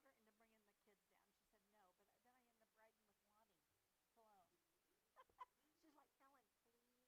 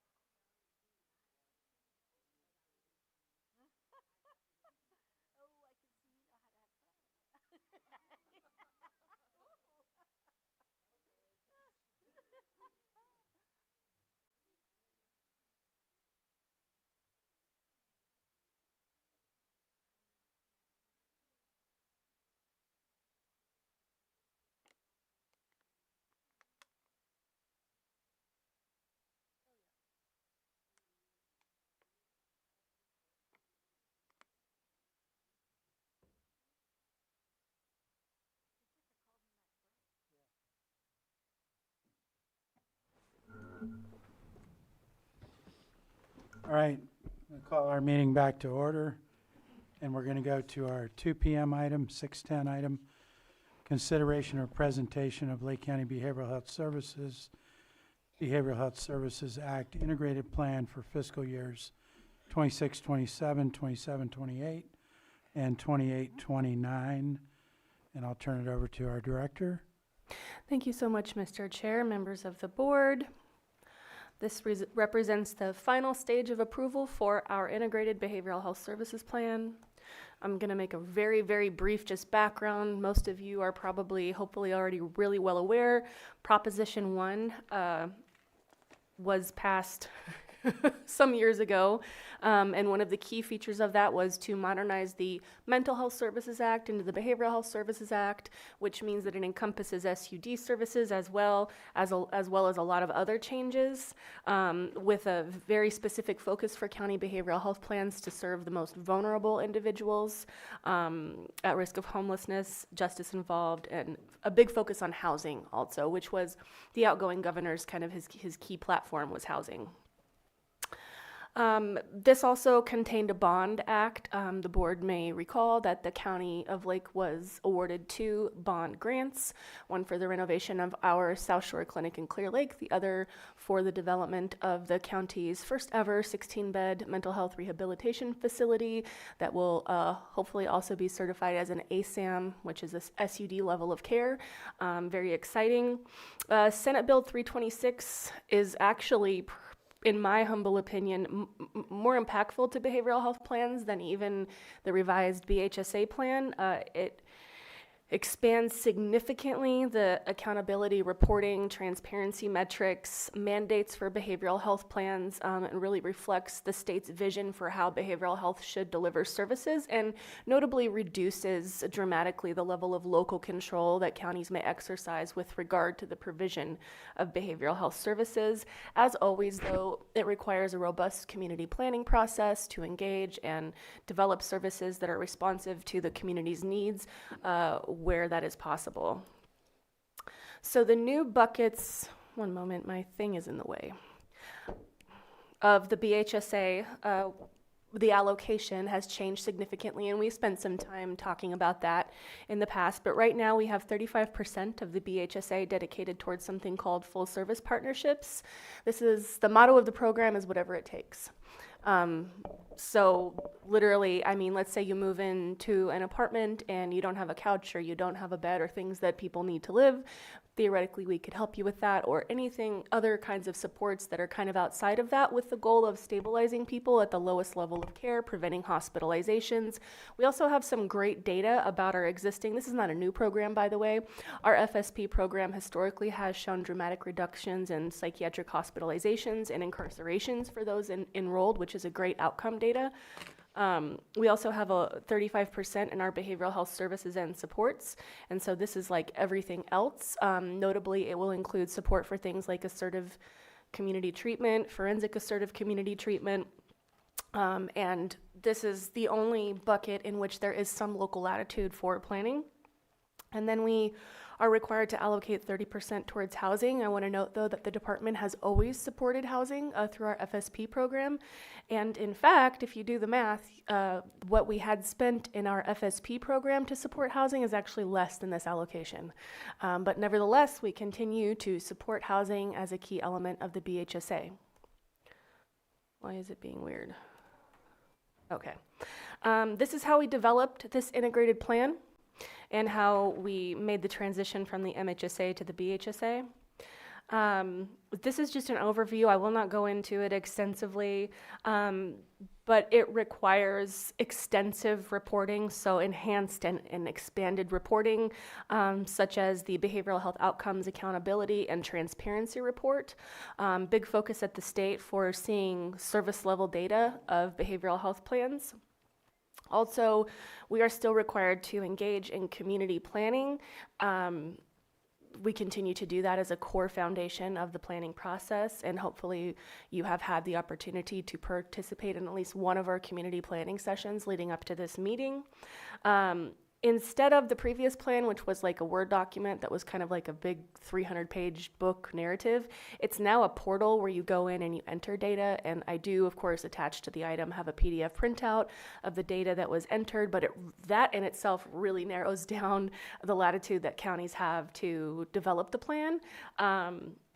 The draft plan was due March 31st. We met that. And then, of course, the final plan approved by the Board of Supervisors is due very shortly here at the end of the month. So this is also just a brief overview of the MHSA plan components and then a crosswalk of what is expanded under BHSA, which, as you can see just visually, is a lot more. We did not request an exemption from housing that was available to counties, but given the fact that we provide housing and we need to continue doing that, it didn't make sense. And obviously we have housing needs in this community. We're required to report on statewide behavioral health goals. And actually, I have some data about some statewide reporting and behavioral health goals that, if time allows, I'd love to be able to show you. A community planning process. We're required to provide a very specified proscribed treatments and levels of care within the BHSA. We're required to do extensive monitoring of our providers and contractor oversight. We're required to address our county workforce, continuing to do that. We had been very successfully addressing that through the MHSA, actually. Many successes of growing our own clinicians. As most of you know, this is a healthcare workforce shortage area, and so the MHSA had programs that helped us get people, like my colleague here, Ms. April Gambra, Deputy Director of Clinical Services, all the way into her doctoral program now, and she did that through the help of this funding source. And many other clinicians. We have graduation celebrations all the time. Let's see. So this is just a crosswalk, again, of the old allocation methodology and how it may align or not to the BHSA allocation. As you are all, I'm sure, well aware, the planning necessitated the elimination of services that could not fit within the boxes of the new BHSA. Notably, those included the peer-run wellness centers, as well as some other programs that simply could not find a home because they did not fall within the required service buckets. And so there is some latitude, and yet you must do these mandated programs that the state asks. Okay. I have a quick question on that. So it looks like the county allocation, does that mean the county is supposed to be pitching in 95% and 90%? No. Thank you for asking that question, because it actually points to something that I wanted to say. So that's the funding from the state. So just as a level set, the MHSA and the BHSA is a 1% tax on Californians making over $1 million a year. It's a special tax-based fund. And so each county has its own allocation of that MHSA funding source. In the old MHSA, the county would receive 95% of that MHSA, and the state had historically retained 5% for administration. In the new allocation, counties get 90% and the state retains 10%, yet as you can see, we are being asked to do more with less. So what's Lake County's cost? We will be getting to that shortly, of Okay. the allocation. I'm jumping it. Yeah. Sorry. Yeah, we'll get to that. Thank you so much. Thank you. Okay. So this is just an overview of the development timeline. We began planning at the beginning of last fiscal year. We did a needs assessment. I should note here that we've contracted as we have for many years with a consulting firm called Resource Development Associates to help us do this planning process. And so they would host our community meetings, get surveys, conduct focus groups, and so forth. We started really drafting the plan at the beginning of this year, and we're, of course, marching towards that March 31st draft submission deadline. And we had a public comment and a public hearing that was hosted by our Behavioral Health Services Advisory Board, I believe last month. And then now it is before your board. And so for those services within the plan that the county is not able to provide, we will develop a request for proposals for those services. At this time, it's not known. We are still assessing our capacity and bandwidth, but obviously we will follow the county purchasing ordinance as regards that need. Okay, this is just another way of breaking down the funding allocations. It's already been repeated, but so this is looking at the totality of the budget. So it's kind of mapping all of the programs that we had been funding under MHSA and aligning them with the new funding buckets. So essentially, in funding that was not housing or FSP or other types of allowable services, we had we were about $3.49 million of that in our budget, but now we had to fit it down into $2 million. And so again, that's what necessitated the closure of the peer-run wellness centers and a variety of other programming that was not aligned with the new BHSA program methodology. I have a quick question on that. Sorry, but I don't want to try to remember. The peer centers that are closed, leases on those buildings, what's going on with the leases on the buildings? How many were closed? Oh, so all of the county-run peer centers were closed? All of them? How many buildings is that, though? Yeah, so that is 1, 2, 3. So the one Circle of Native Minds, that lease terms in August. The other facility, which was the Big Oak Peer Support Center, we're working on transitioning that into a new program hub. It's presently the home of our mobile crisis department, and we're using it as a, I don't know if, as a 23-hour outpatient, I don't want to say stabilization because that's like a clinical term, but basically a place for people to decompress. And also through community input, we heard a lot from our community and how important that center was. And so we've agreed to maintain continuity to continue to provide a place for the food truck to touch down, as well as the shower trailer for a period of time. Okay, and what's the lease on that? I don't have that, but I'm happy to get back to you about that. Okay, and do you know off the top of your head what the leases are per month? No, I don't. I'd have to get back to you about that. Thank you. Mm-hmm. Okay, so these again are the expenditures and our total allocation. This is the budget question that you asked earlier, Supervisor Owen. So our total allocation is $7.7 million. Of that, we have allocated 1.9 to full service partnership services, the most to behavioral health services and supports, a little over 4 million, and then 1.8 to housing interventions. We did initiate a transfer, which was allowable, of full service partnership to the behavioral health services and supports bucket because we analyzed our utilization data of FSP and determined that we had a greater need for those programs that would fall within the BHSS bucket, and that the 1.9 was actually more than enough to meet our FSP programmatic needs. This continues to estimate it. You will note though, look, we're getting our biggest allocation this year because it's all dependent on the tax base of those highest earning Californians. And so based on tax projections, 26-27 is looking pretty good at 7.7, but this is an incredibly volatile revenue source, which also makes planning for programs difficult because you cannot accurately predict revenue. And so the best estimates ongoing, you can see we take a pretty dramatic dip for estimated tax base in the following year, 27-28, coming in just shy of 6. So that's about $1 million reduction. And then from there, we kind of maintain stable at about $6 million as our allocation. This is just a summary of the different kinds of programs that are included in our integrated plan in terms of what we will be funding. A lot of them, especially in the behavioral health services and supports bucket, are going to support programs we are required now to implement that are high fidelity programs, which will be monitored by the state, and we hope to meet fidelity benchmarks for those programs. And so we will use a large portion of this funding bucket to stand up those very intensive high cost services, with the goal, of course, of making them sustainable through Medi-Cal reimbursement. It's important to note also that MHSA, BHSA is one of the local funding sources we can use as our non-federal match to draw down Medi-Cal claims. So to the extent that we are able, we are also leveraging BHSS funds as our local match for those Medi-Cal claims for those programs. We have covered the significant program modifications. I want to reiterate that even though we have closed our peer-run wellness centers, peer support remains a core Medi-Cal billable service, and peers are integrated now into all of our teams, including our drug Medi-Cal programs and our mental health programs in all levels of care.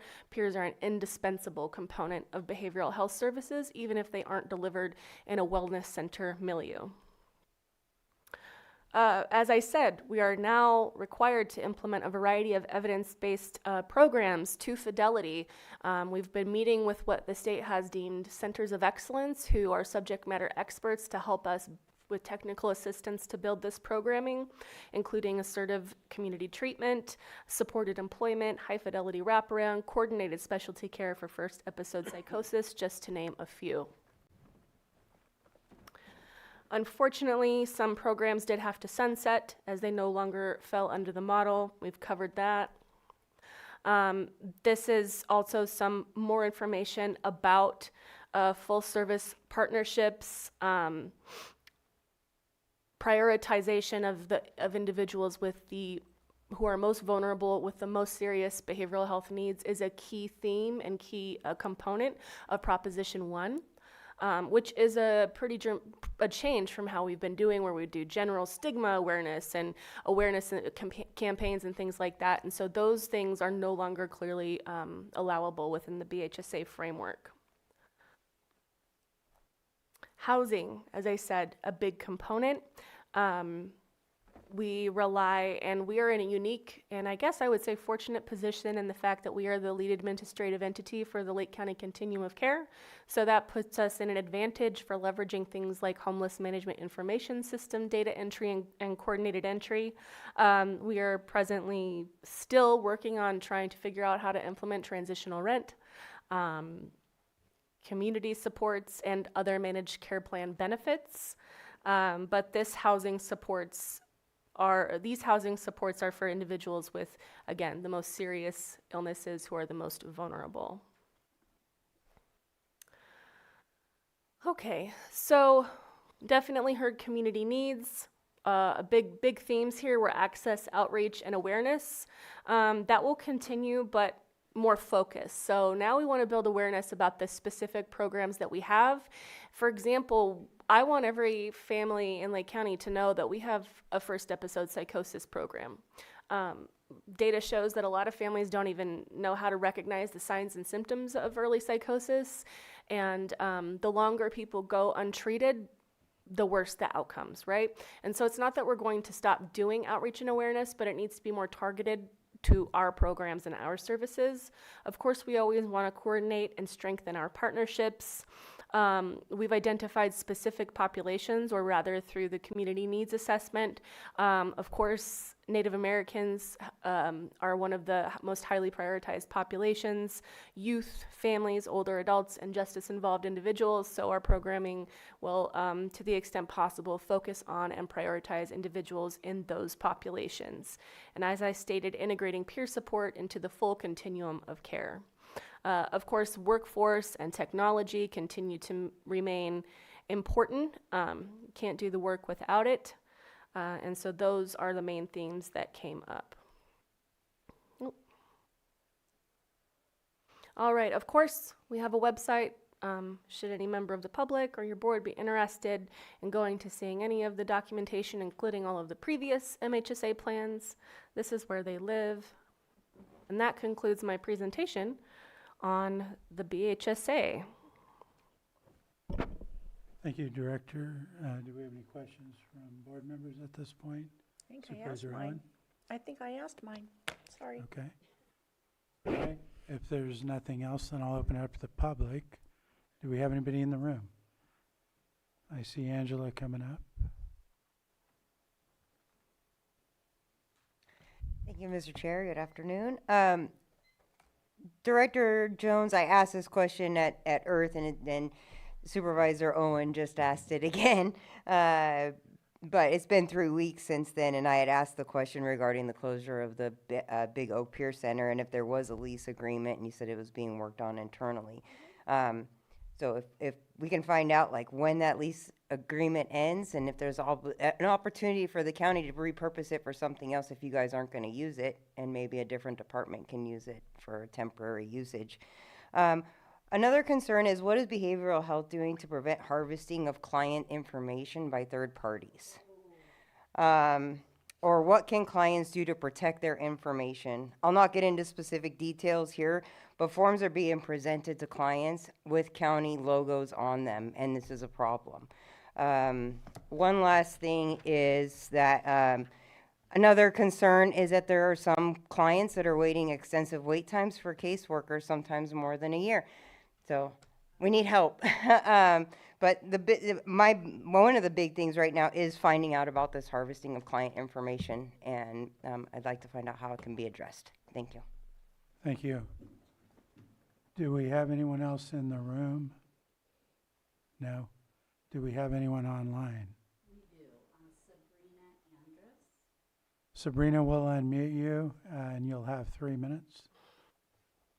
Thank you so much. My name is Sabrina Andrus, and I have a question regarding the prevention and early intervention services that are being cut as part of this implementation. And I will start by saying I completely understand that difficult decisions have to be made, and I don't envy folks. And my understanding, based on both BHSA and the behavioral health materials, is that prevention and early intervention services remain allowable uses of funding and are, in fact, the first priority identified within the new behavioral health services and supports framework.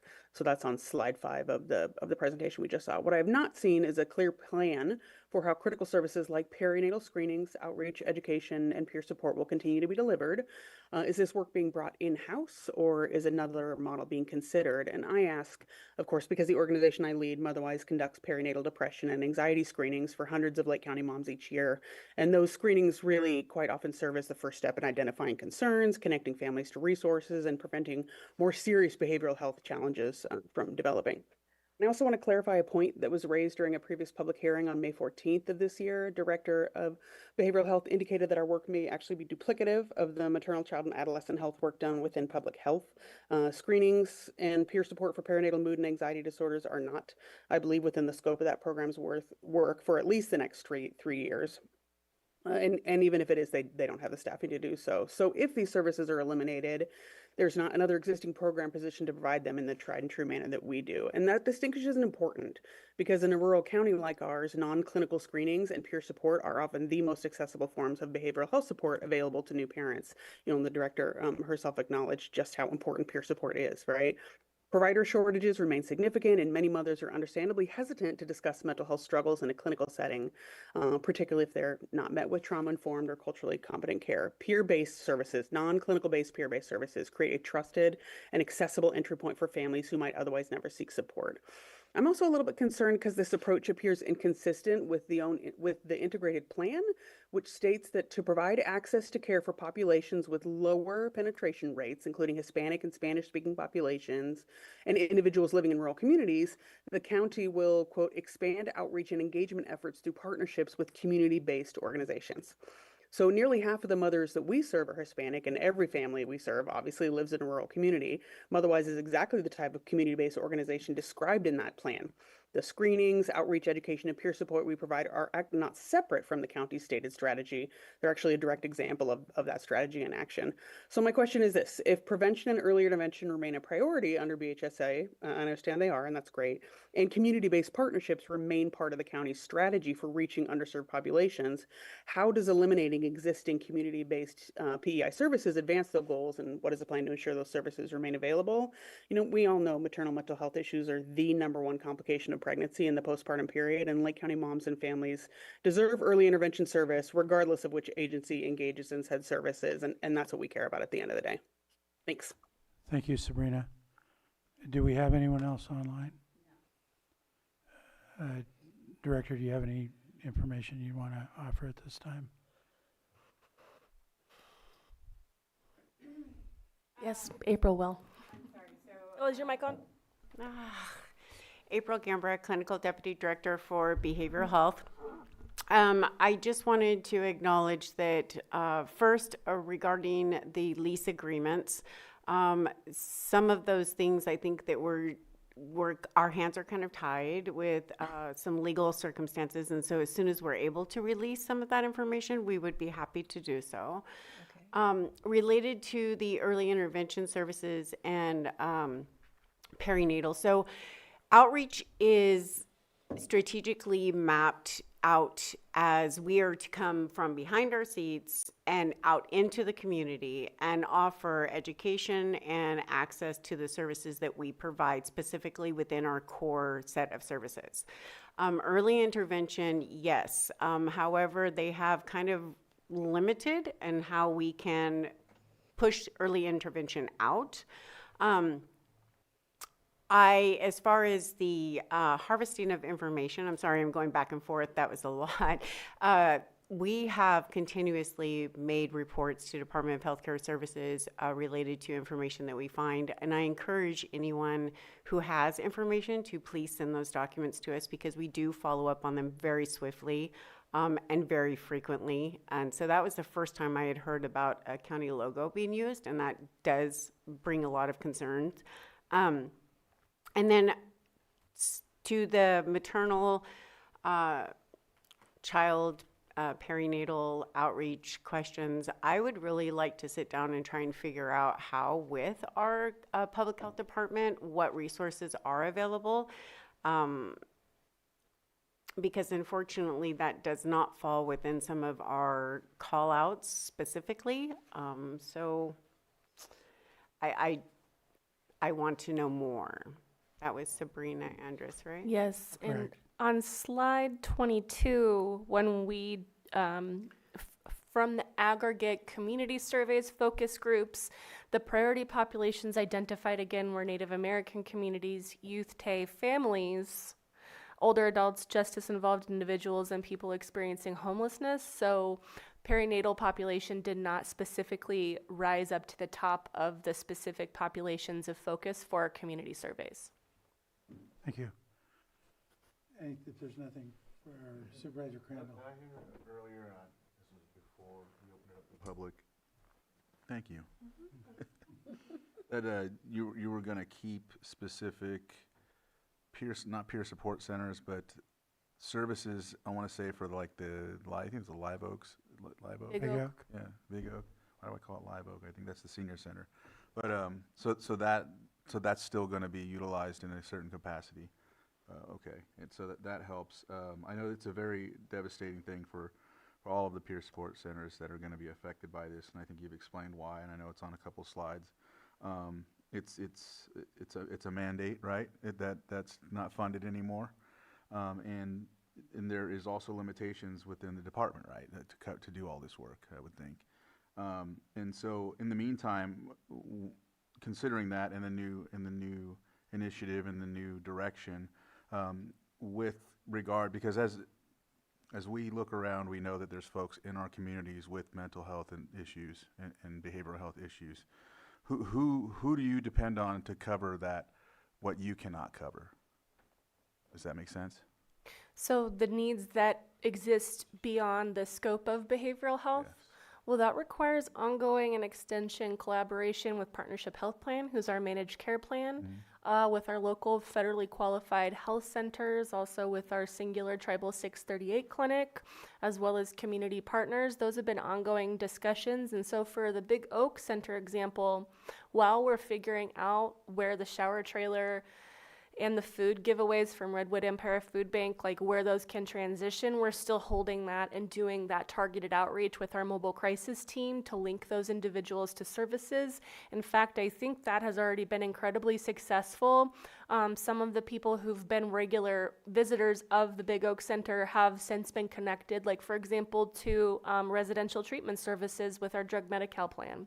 And so that is our goal, is to link and connect those individuals into services. April, you have more to say. Yes.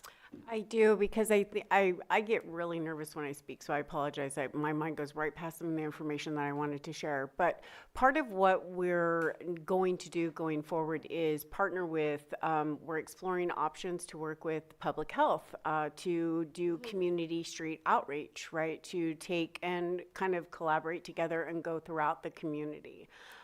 So it actually makes us come out from behind the desks and in the community to identify those that are previously not coming into our services, who may have frequented our peer support centers. So now we have this responsibility to perform street outreach on multiple levels for various things. And we'll be held accountable for that data on the number of individuals that we go out and seek, how many contacts we make, how many people we get into services. And there's always room for us to grow, right? So there's always room for us to grow collaboratively, partner with other partners through enhanced community services supports, other providers who are already doing the work out there. There's a way for us to partner with them to kind of, once that outreach occurs, link them into more stable housing or stable services or additional resources. But our work has just begun when it comes from identifying that population that did frequent our centers. Our peers are now employed in part of our clinical team. So that means that we're taking those peers with that lived experience, giving them, brushing up on their skills, and assigning them with targeted populations. So it may be that they go out and seek families who are have adolescents who are experiencing first episode psychosis, or substance use, or mental health justice involved, youth probation. So now we're going out and we're helping to identify. They're deploying in the community around the county and trying to engage and link them to resources. So we're not just focused in a center or in one of our clinics. We literally have got to branch out as part of our requirements. Thank you. All right, anything else from the board, or we be ready for action? I'll offer the resolution. Resolution's been offered. Supervisor Owen? Aye. Supervisor Crandall? Yes. Supervisor Pyska? Yes. And Supervisor Rasmussen? Aye. Thank you. And I believe there was some further action, or was it just the reso? Authorize I guess that submission. handled everything. Authorize submission of the integrated plan and required supporting documents to the state of California, and authorize the chair of the Board of Supervisors to execute the required Board of Supervisors certification form and any related non-substantive submission documents. Thank you, Go Madam ahead. Chair. If I may clarify, because the resolution already addressed those authorizations and directions as it relates to the certification form, the non-substantive amendments, I believe for our purposes here, the adoption of the resolution would suffice. Covered it all? Perfect. Thank you. Then that concludes that item. We're going to move on to our 611-230 item, consideration of the Behavioral Health General Fund loan, repayment options, and fiscal stabilization update. Again, turn it over to our Director, Elise Jones. Thank you again. Up on your screen, following the board's direction last time, we understand that a repayment plan rather than forgiveness is the preferred route forward. I want to also provide what I think is quite a positive development.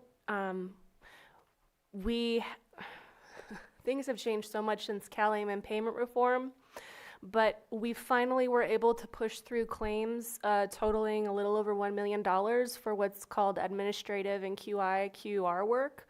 We're going to be doing that in perpetuity. The reason why it was delayed was largely because the Department of Healthcare Services was not fully calibrated. That said, we just hit submit on those, I believe, yesterday. We will not be seeing those payments touch down until probably late August after the full adoption of the state's budget. They shut all of the billing down between the budget draft till adoption. So that's a challenge for us every year. But we anticipate about $1 million or more annually in federal revenue from that. So that's a nice unencumbered funding source. And so I wanted to offer a few different repayment scenarios. So obviously we have the remaining balance, and then we have a repayment scenario for 7 years, and then of course 5 years. And then we will have the option to make lump sum payments applied to that loan balance from those admin claims. And I know there's been talk about the required local share of funds. That money cannot be used towards the local match because it's federal dollars. So we have to use it for something else. And so because we were expecting it, but it was unanticipated, unencumbered revenue for budget purposes.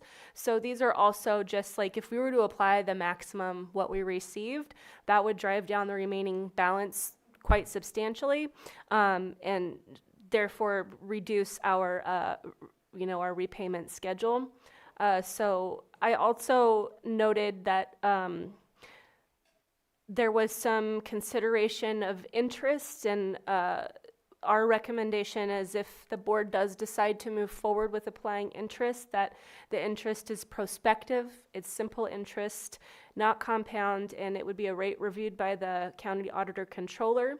Obviously, with repayment, we are trying to maintain the very fresh stability that we've achieved in our behavioral health finance program, and so looking, of course, not to destabilize our fiscal stabilization progress thus far.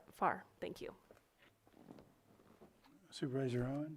Yeah, those documents and the repayment was not included, or at least I didn't receive it. That's correct. Correct. Okay, and I know that we were interested in some interest, as we are losing about 80,000 a year, I believe, on that.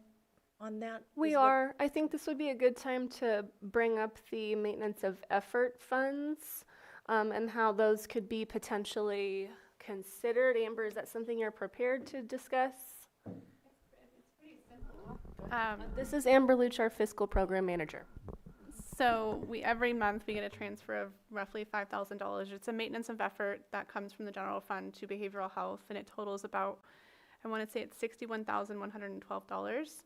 I don't want to say that any money is like that we could give it up, but it's a small enough amount per month that it wouldn't be missed as terribly as having to take from other funding sources to pay interest. So I don't know if that's something that the board would be interested in looking at, reducing that.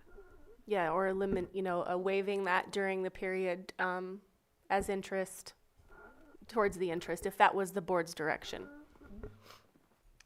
Vice Chair? Yeah, I think we could consider that as interest, structure something, so it doesn't, we want to make sure that your stability is not rocked. Like, we've come a long way. I would be okay with looking at the 7-year plan with the understanding that you could make lump sum payments with the new opportunities, and then if you wanted to submit that as interest, but it probably should come back to us sort of in one plan. Yeah, give us a couple. So we could kind of see it all together. But that would be my suggestion, is we can commit to the 7 years, give you the kind of grace that you would need for the ups and downs, but then also expect to see some lumps maybe a couple times a year. Yeah, well, so this is the first time that we've done the admin and the QA/QI. Okay. Historically, it's been done during the cost settlement process. So many counties have not submitted these claims. So we've had amazing support from Cal Mesa. They've basically gave us a plug and play that we can use quarterly. So these submissions will be, going forward, will be done on a quarterly basis. I don't know what the payment timing is with those because it's the first time we've done it, but going forward, we will be submitting these claims quarterly so that we could be making regular payments. I just don't know what that looks like yet. Okay. I'm in favor of the longer payment plan. I don't want to put behavioral health in any kind of a bad position, so I want to make it as doable as possible, and understanding that if something happens and we need to readjust, then I'm willing to do that too. I'd be okay with that pot that you talked about, but at the same time,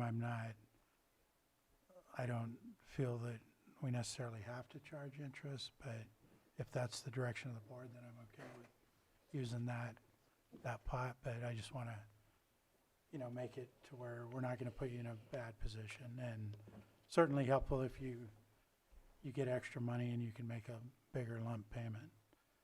Supervisor Owen? I'd like you to come back with a couple of different options on the pavements. I know that it's kind of up there, but with the interest included. And so that's where I'm kind of sitting on it right now, because we are losing money. And we are, excuse me, not in a good situation here financially either. So. I appreciate that, Supervisor, and I don't disagree. I understand the position of the general fund, and I think I would also like to note that when even before I started working for this department, one of the number one priorities of this community consistently that came up in the community health needs assessment was behavioral health. And by any metric, our community was profoundly underserved. And so I recognize that we had to do a lot of course correction. However, this loan resulted because we expanded services so dramatically by 60%. Our quality metrics are ahead of, in the upper quartile of the state. And so I guess I would like the board to consider the value that we've brought to the community and the monetary, what that might mean, just in consideration of that interest. Go ahead, Supervisor. Yes, I'm in favor of the 7 years. That's the longer. Yes, and I do appreciate the thought put into the amount. I think you said it was the $5,000 a month or something like that. I appreciate that in consideration of interest, and I'd be willing to accept that as well if it's the will of the board. So. Okay. Yeah, that's where I'm at too. I didn't open to the public yet, so let's do that now. Let's open to the public in the room. Good afternoon, Board, Behavioral Health. I just want to first extend my thanks to the people working so hard in the Behavioral Health Department. I think it's personally one of the most important departments that of services that we provide, and they need, as she mentioned, they expanded their services by 60%. I have a question with this unencumbered windfall of approximately $1 million, and I apologize, there's a lot of terminology that I'm unfamiliar with, but during the last budget hearing there was a mention that there was a constraint that the state recommends like a revolving fund or something like that of about $1 million, and because that's not funded to that level, it slows down the amount of money that they can invoice for and then for a return. Is there a possibility to take some of these unencumbered funds to bring that revolving fund up to the level so to improve throughput and therefore create sort of a self-stabilizing situation for the department, so that in addition to the windfall, that's not really a windfall, but it is a windfall? Okay, well, good. We have money now to pay for the 4-year cake for the other project.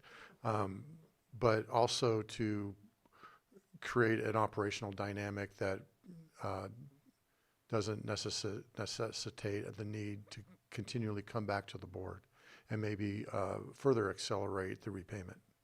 Thank you. Thank you. Do we have anyone else in the room? I'll make it quick. Just for transparency purposes, I was just wanting to find out if we could know what the status is of the money that was requested to be returned to the state. If it's not been repaid or forgiven by the state, is that amount being factored in here? I believe it was around $1.5 million. I don't have the exact number with me. But if it still needs to be repaid, how will it affect this repayment plan? Thank you. Thank you. Do we have our Deputy CAO? Hi, Casey Marino, Deputy County Administrative Officer. So the MOE funds cannot be used as leverage for this. Those are a requirement of realignment. So in order to receive realignment, you have to have the MOE. Okay. So unfortunately, that won't work. Thank you. Thank you. We tried. Do we have anyone else in the room? Not seeing any. Do we have anyone online, Carolyn? We do. The first person is Zoom user.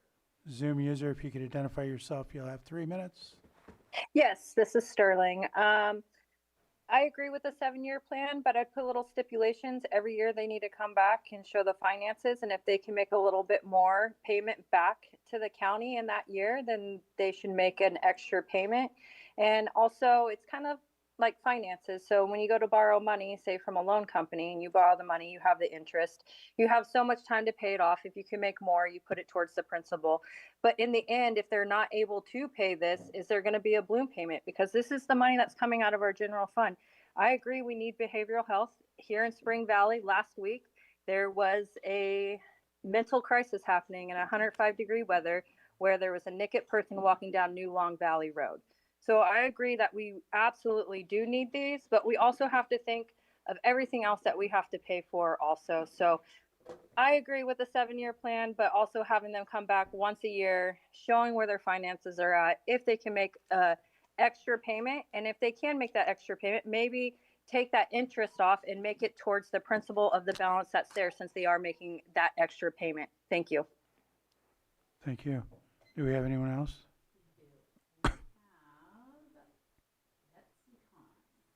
Betsy, you'll have 3 minutes. Thank you, Mr. Chair. Betsy Kahn, Upper Lake. I just want to say that my understanding of the funds that are available for the county to operate, those general funds that you're talking about using, those are monies that come from the community, and their purpose is designed to serve public health and safety needs. I think it's just a little bit bizarre to ask for a department to pay interest on a loan that is used to provide services that we desperately need. I just think that's just too much. Thank you. Thank you. Do we have anyone else? No. I'm going to close public comment and bring it back to the board for anything final or any action or direction. I think it's. I think the 7-year plan is what we have consensus for. I'm in favor of that. Go Yeah, ahead. I'm all in on that. I do want to know, when I was talking about, options, I really liked what Tom had to say about bringing your reserves up. Is there any, can you, before we put the hammer down and say this is what's happening, do you have recommendations on how we can make all of this work? Yes. Okay. So that was our first thought, is that we could use that funding to apply to our share of cost and our local match and our IGT and our governmental transfer. Unfortunately, we cannot use that funding source because that's what she was talking about. It has federal, well, that's what Mr. Lasich was speaking to. Okay. So we cannot use that as our local share of cost. However, in our budget, we do have it budgeted, like we know how much roughly we have to put up. Other portions of what we get in terms of Medi-Cal revenue don't have federal color, and we use those as well as the BHSA dollars to fund that local share of cost. I wish that we could use this money as our local share of cost. I would have filled up our CFA account, but we are not allowed. Okay. All right. No, I just wanted to help you. I do think that we do have to make the general whole. And so, yeah. Also, I appreciated the public comment of yearly reporting. My recommendation would be a direction to staff to return quarterly. Yeah, I like it. Okay. Okay. So I think we're just offering direction at this point, right? Go ahead. Thank you, Mr. Chair. So as part of the direction your board may want to consider, it sounds like there's consensus of a 7-year plan. As part of the direction to have staff come back to your board with a document in reference to that proposed plan for your board's consideration and approval as part of the direction to implement this structured repayment plan. So that would be within the 7-year structure. Mr. Council, would that be I believe that this loan was authorized as a resolution Would this be an amendment to that resolution? It may come in the form of that, that's why I characterized it as a document for the Okay. board, to be presented to the board. And that's gonna be part of your board, that can be part of your board's direction as staff, to come back to your board at a certain date with, that document that may come in the form of an amendment to the resolution that would incorporate those elements, the number of years, the 7-year plan, the interest, all for your board's consideration and approval. Go ahead, CAO. Chair, yes, I think it actually could come back both as a resolution and a document. But again, until we look further, we'll put it together and work with behavioral health. And to a date to be determined later. Yes, give us some time to meet, and I'm missing 2 of my finance officers next week, so. Okay. Allowed that, I'm just kidding. Is that okay with the board? It's okay. Yeah. Yep. Yeah. Especially, Okay. yeah, We're good. and Betsy won me over Okay. with the interest. Okay. All right, so I think that's it for now. Yeah, okay, thank you. And now we're gonna stay on behavioral health. We're gonna go backwards to item 511, which was Me. pulled by Supervisor On. Let me read it out. That was to approve amendment number 1 to the agreement between the County of Lake and Willow Glen Care Center for Adult Residential Support Services and Specialty Mental Health Services for fiscal year 2025-2026 for an amount not to exceed $1,000,000 and authorize the chair of the board to sign. And I think I'll start with Supervisor Owen. Yeah, actually, it wasn't specific as to 511. You had about 5 items on there, and I think they totaled like over 3 million. And I just wanted to know about the metrics. And you can get back to us later on that, but I lost my spot, I'm sorry. Let me see if I can find it again. Management, metrics, and efficiency, just along those lines on as far as who we're serving and just that information. And I know I brought it up last year as well. So that was it. I just wanted to touch on that since we had several items on there and it was a $3.1 million price tag, so. Yes, so I believe that the memo does provide details about the number of people placed in those facilities and the length of stay. However, placement costs have been one of the single biggest driving factors of our budget increase. Unfortunately, since COVID, as with every other industry, costs went up and housing of people went up just right along with that. And so this reflects, unfortunately, an increased utilization of these out-of-county placements.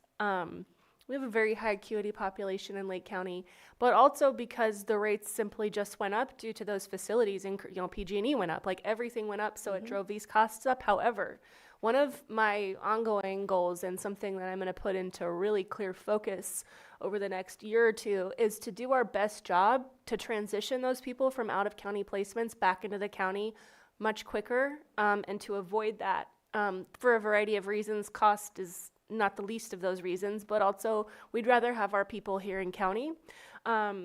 So to that end, we've actually done significant restructuring of our management team and along with behavioral health transformation. And now for the first time, we actually have a dedicated managed care program manager. It's not like combined into other functions, because we recognize that need really concerted effort in terms of discharge planning, to make sure that we start discharge planning from the moment that people are admitted. And of course, that's always the gold standard, but obviously capacity has been a challenge. So recognizing that, we now have a dedicated manager just for coming in the door and coming out the door, and to make that better.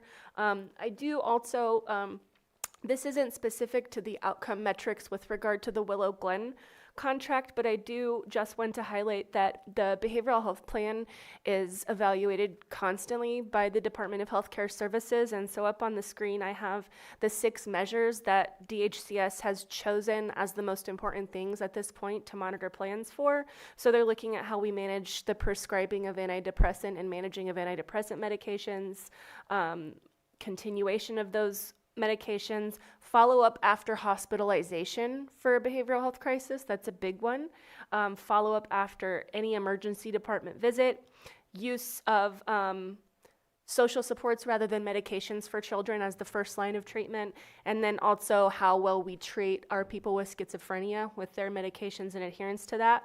So this represents the first year that we were measured by DHCS with regard to these specific outcome metrics. This was 2023, and you can see in the red box, we're kind of like middle of the pack. We're in the upper half.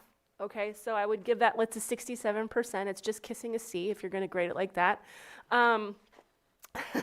But I'm pleased to show that in 2024, with regard to all those same metrics, we're now in the upper quartile of outcome measures. We also received 0 findings in our DMC ODS audit and continually with our mental health audits. So what they do, like they'll go in, they'll pull charts. We don't know when they're gonna do this either. It's completely random. They go through everything. We also have, if you're interested in any compliance related data, we have a compliance website that has all of the information that's escaping me right now. But I can send that to you. It contains every single compliance report we've ever had, external quality review reports. So I just am hearing loud and clear from the public, and I agree that oversight is important, and what we can do is help to make that more transparent. We do have a significant amount of oversight and a big focus on improving quality of care.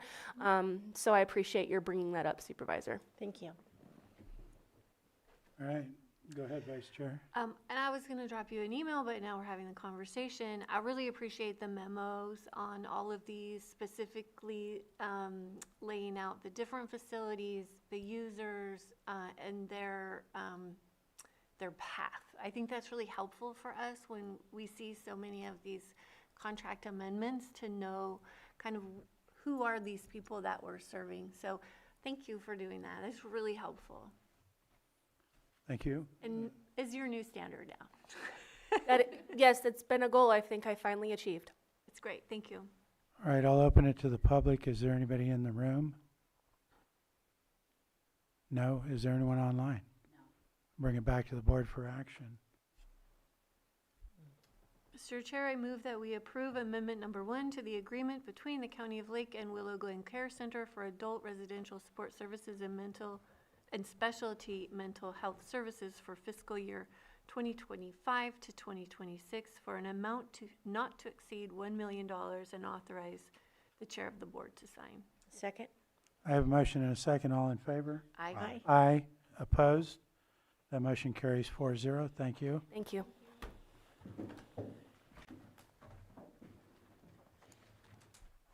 And I'm going to call 7.5.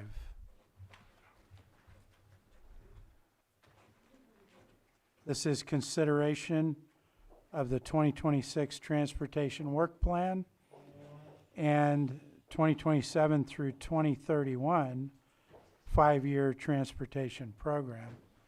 We did And- What's that? 7.4 and 7.5? I'm doing Or 7.4 first? Oh, Yeah, 7.5 7.5 first is Okay. what I was, there was a reason for that. Gotcha. so, yeah. Okay.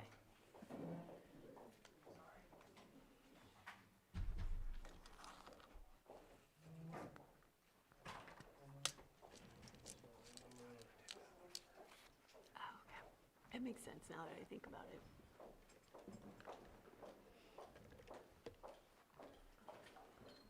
Who has all the concrete, rock out, I mean, not concrete, pavement rock out on Spruce Road Extension, do you know? Lars? Sorry, I'm trying to get this. Oh, I'm sorry, go ahead.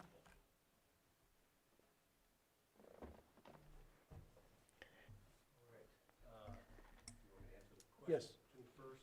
I didn't know if that was us that had that. out on I didn't Spruce? hear the question, ma'am. Spruce Road Extension, there's a lot of pavement rock out there piled up. It's not I'll have to ours. look at it. Yeah, I'm not Okay, sure. thank you. All right, you go ahead, Director. Okay, all right. Lars Ewing, Public Works Director. Coming to your board with a presentation that is a bit of a follow-up of one that was provided back in December. Your board asked for, sometime over the last couple of months, your board asked me for a presentation, a focused presentation on this year's work plan. And when we say work plan, road work plan. And in the interest of time, I will be very brief with this. But you'll see some slides that are somewhat similar from the previous presentation. So those are the ones that I will likely breeze through a bit. So first off, this is a similar one, staffing and equipment. This talks about how the Public Works Department carries out our projects. In yellow, Road Department. This is your county road crew. You can see crew of 34, along with some other information there. That is soon to be, at least allocation-wise, a crew of 40, thanks to your board's approval of 6 additional staff to be funded out of SB1, which is one of the items that we've been discussing or will discuss following this. On the right side, you can see in green engineering and capital project staff. The bulk of those are filled. I will highlight that the associate engineer and 2 of the capital project manager positions are vacant, recognizing that there is a hiring freeze. This can be of concern because that division is a general fund budget unit. However, it bills out to based on its services to, say, for example, the road department or to parks or landfill or other entities where there is funding. So the majority of their time is reimbursed. So that's something to point out. And the equipment list is down below what we have on hand. This is a new presentation, and it is slightly different from what is posted in the agenda. The difference is the mileage in the second bullet point there. Talks about paved miles and unpaved miles. There was just a correction in the numbers. So what you see on the screen here is correct. So for the county maintained road network, what your board asked was a breakdown by district, by supervisory district, recognizing that the road crew, your public works department, looks at it as a whole, as a network of one. But your board did ask for this breakdown. So by district, you can see the first category, road miles, paved and unpaved. So in green on the left is the miles of paved road in each district, and in what appears to be pink is unpaved, and then the total, and then the number of roads is also provided. Some roads are a quarter mile, some are 10 or 20 miles long. So that is less informative, but certainly the road miles. Just some things to kind of highlight here. Paved roads, over a third of the road network, of the paved road network, is in District 5. District 1 and 3 both have about 26% of paved roads. District 4 has 13, and District 2 is probably, as far as a board meeting for Supervisor Sabatier to miss, this may be one to miss. He has about a 1/10%. I shouldn't say he, but District 2 contains about a 1/10% of the county road network. Unpaved, it is quite a bit different story. You can see District 3 has the bulk, and we're talking about up in the north, the northern hills, and so that really is understandable. So moving on to the next slide, this is one that you may be familiar with, road condition. We commonly, and your board has maybe heard of the Pavement Condition Index, PCI.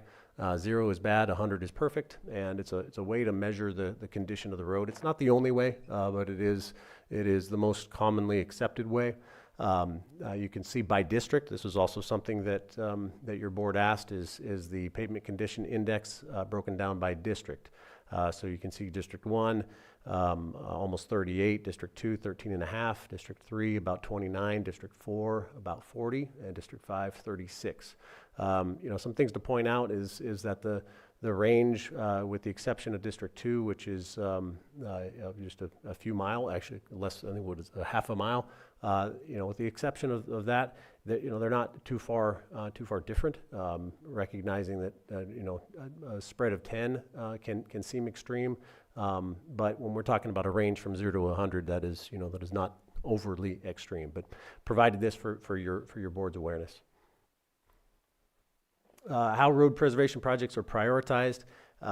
This is a very similar slide to before, so I won't spend too much time here, but this shows how we go about prioritizing the roads that we're doing our work on, be it primarily with the road crew. That's how these preservation projects are prioritized. Capital projects are quite a bit different, primarily because they are largely funded through grants. Speaking of which, funding sources, you can see the list of, and this is pretty much in order of amount or magnitude of funding that we bring in. Funding sources specific to transportation, and by the way, this is not just roads.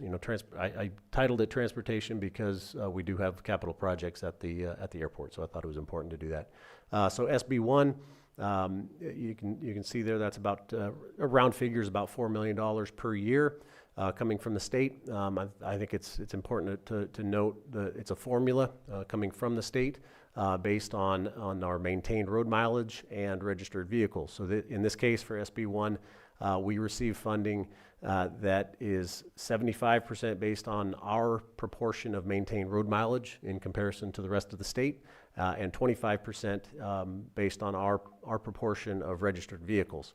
The next bullet point, Highway Users Tax Account, which is that has been in place for decades. SB1 has been in place for about 1 decade, but HUDA has been in place, I don't know how many decades, but for quite some time. HUDA is the reverse. HUDA is Highway Users Tax Account. HUDA is 75% registered vehicles, 25% maintained road mileage. For Lake County, SB1 is much more in our favor. You can imagine that the number of miles of roads that we have as opposed to the registered vehicles. This SB1 is very much in rural counties' favor, so it's a great opportunity. HUDA, we bring in on average about $3.5 million a year. Property tax, you're looking at about $1.2 million, and just of note, coming in about 1 cent of every property tax dollar. So we're not talking about the heavy hitter. Primarily, it's gas tax that's bringing it in. Next up, a few other ones that I'll skip past, but RSTP, Regional Surface Transportation Program, and Construction Refuse Vehicle Road Impact Fee. Those are $900,000 and $300,000 roughly. The last one, there's no dollar amount. I won't reference it because grants and programs, those are they ebb and flow. So we're talking about competitive grants that we bring in, and that funds essentially the bulk of our capital improvement plan. How it's spent, this is a similar slide. About 70% is on routine operations and maintenance and administration. Pavement preservation is about 18%, and capital improvement projects 12%. The telling point here is that HUDA, RSTP, property taxes, that essentially funds our day-to-day operations and ability to respond and react, and staff and provide equipment. So that's the staffing, the equipment, and our day-to-day operations. Pavement preservation projects, there we're talking about the material to do the work if we're doing it in-house, and any contract work that we need to hire out. That's funded through SB1. Capital improvement projects, which are about 12% of the funding there, primarily grants and some out of SB1. All right. So we'll jump into the 2026 work plan for transportation in general. I'll focus here on county road crew. There is an exhibit that is included in your agenda that lists the actual roads that are planned as of the time that we prepared this, which nothing has changed. This work is 32 miles focused on the North Lakeport and Nice area, so it's both District 4 and District 3.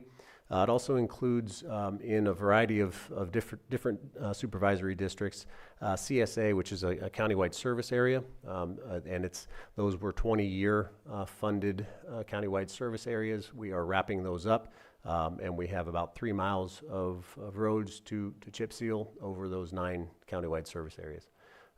We also have, and that work, by the way, is underway right now. They are doing the chip seal work, I believe, down in the Middletown area. Tomorrow they'll be in Kelseyville area. Short span bridge rehab. We have 3 bridges that we will be doing this year, 2 of which have already been completed: Highland Springs Road Bridge and Fritz Road Bridge. And next up later this summer is Kelsey Creek Drive Bridge. These are what we call short span bridges. They're less than 20 feet. They're not funded through Caltrans highway bridge program that you may be familiar with. When bridge projects come to you for approval, those are typically 100% federally and state funded. So these are the smaller bridges that we needed some attention, and our crews are handling those. Last one, just a general road repair. We do have some localized storm damage repairs that we're addressing around the county. Moving on to contract capital improvement projects. These are the larger projects that, as I referenced, are typically contracted out, and in this case all will be. First one, Canocti Road sidewalks. New sidewalks in Kelseyville. Funding is coming from Federal Safe Routes to School and SB1. And I need to move my screen so I can see. Wrapping this up, it should be next week. Concrete is poured. Really, it's just the finalization of striping and guardrail work. So that'll be wrapped up at the beginning of July.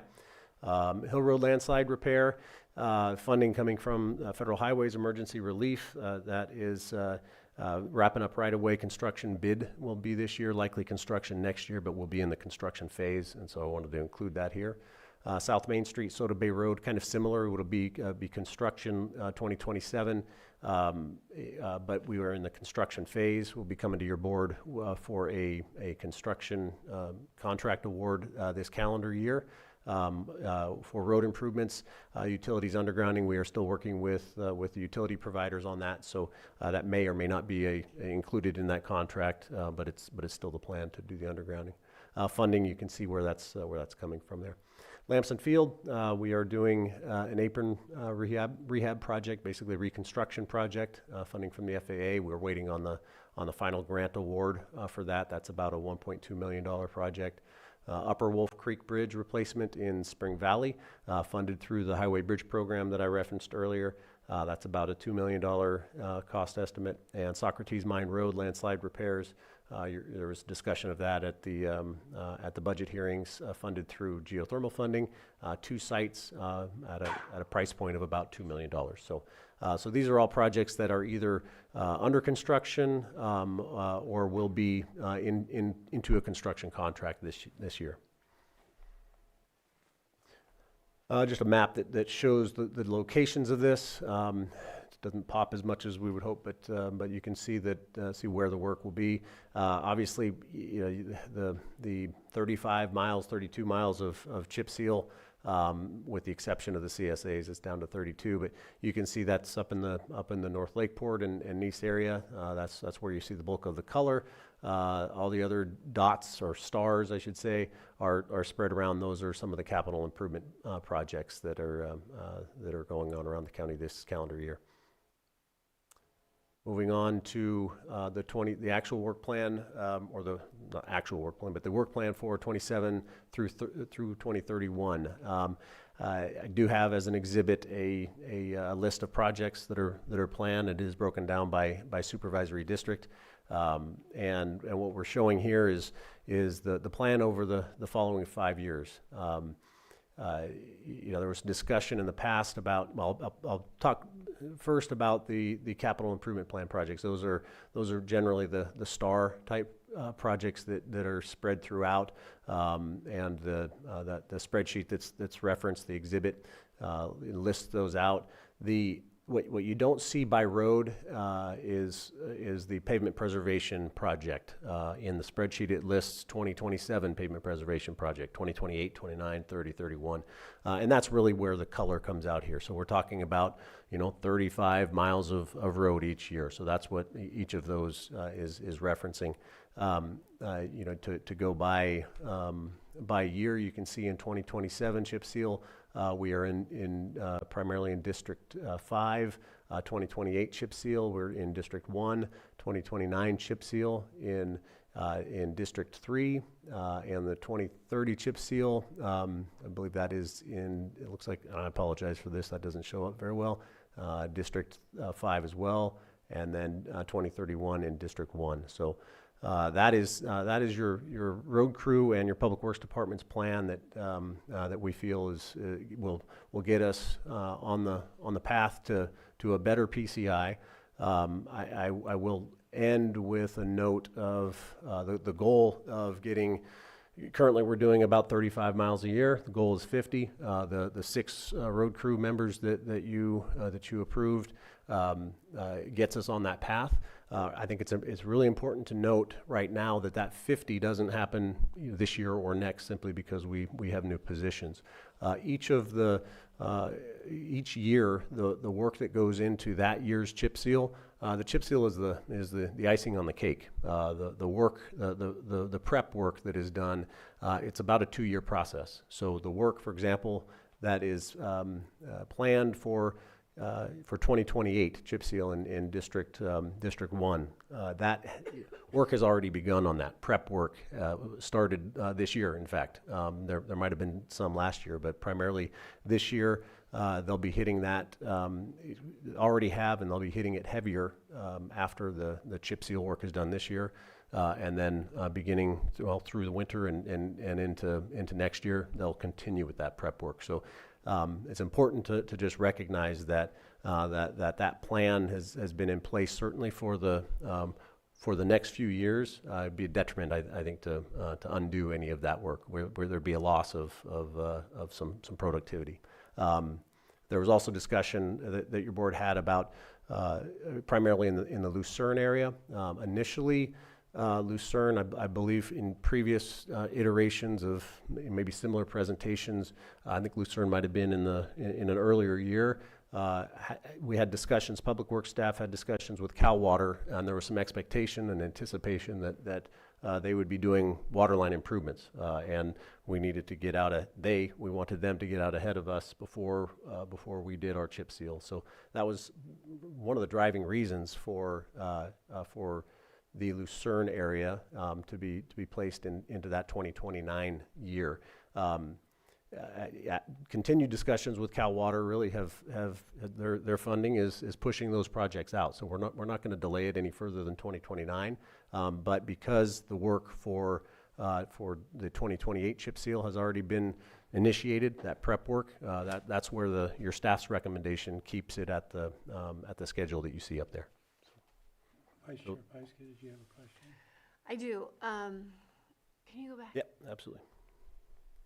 There were several years when this wasn't happening. So we are playing catch up in a big way. We were making plans, and there were just years that this just didn't happen. And we saw significant work the last couple of years, so that's great. I feel really bad for Lucerne because it's really hard when you're waiting for that infrastructure to come in. In Cobb, the same thing happened. We had to wait years and years. So that kind of brings me to my comment of having a moratorium in place so that no one can cut into that for the first 5 years. So are we going to be bringing that in soon since we're being so aggressive with our road work? Yeah, that's in the works. There was some work done on that prior to my tenure, but we had certainly started on that. Some more to come on that. Yeah, I'd like to see that because, as you know, roads get built and then another utility comes by and they start painting on a brand new road. Yeah, and the trenching moratorium, I shouldn't say a trenching moratorium is what we're working on. What we're working on is the policy such that if there's trenching work that needs to be done or undergrounding work, that here's the standard that you're going to repair the roads to. So Right. So it's not that you cannot trench, But if you do, here's the level that you need to bring the road back to. Right, and so we're not ending up with a bunch of patches. And then, I'm just hoping the Rivieras will end up in the next 5 years, or maybe 6 or 7, because I just have to say that, because there are some bad roads there, and they're not on the map at all. Yeah, and that 5-year plan, you know, this what we're looking at here is much more flexible and subject to change. Certainly those outer years, if we were able to get to 50 in say 2029 or 30 or 31, then you're gonna see more color up there, I guess, is the long and the short of it. Great, thank you. Supervisor Crandall? Yeah, you know, we talked about the Lucerne situation, and that's the Cal Water has to do what they have to do. Again, I have to reiterate what you said to Supervisor Pyska about having something solid that we are doing. There's tangible evidence right now. There's work being done. I just know, like, for some communities, especially Clear Lake Oaks, when the previous plans came out, they were like in the running of being like one of the primary, the primary plans. But, so if we do get to that 50, I think we talked about this before, Supervisor Owen and I had talked about possibly, going to other areas to help with their issues as well. Mm-hmm. So like if you're finished with Lucerne, or you're finished with Nice, or you're finished with wherever, Lakeport or in Kelseyville, and there's still more room or more time, maybe hit an area that needs to work as well, that would be very helpful. Yeah, I think that, I know that EJ's district is really suffering, and I really feel strongly that his area needs some TLC. Thank you. All right, anything else? No. If I could just chime in on that, I referenced the 2 years of prep work. That you will start to see some preparatory work, a year in advance, and it may be drainage improvements, it may be Durapatching, it may be a minor overlay on some roads, and then following that would be a chip seal sometime later. So I think you'll start to see some significant work in the coming year. Well, I'm really impressed with what you've done, and you're making us look really smart putting you there. Well, the road crew makes us look good. Yeah, we have a great road crew. I can't say enough for them. Yep. They're phenomenal, and I do brag on them. Good. Well, I appreciate that, and I'd be remiss if I didn't say the engineers and the capital project managers are as well. They're delivering projects. We have Kelseyville sidewalks that's wrapping up, and it's good to see those projects coming off the books. Yeah. Well, thank you. All right, let's open it up to the public.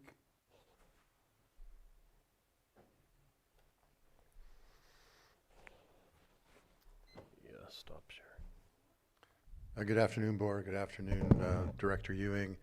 I do want to, again, thank Director Ewing for putting a plan together and setting objectives. And yes, his crew is outstanding.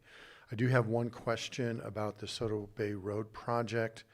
I'm not in my head know where all the mile markers are, but I drive that road every day.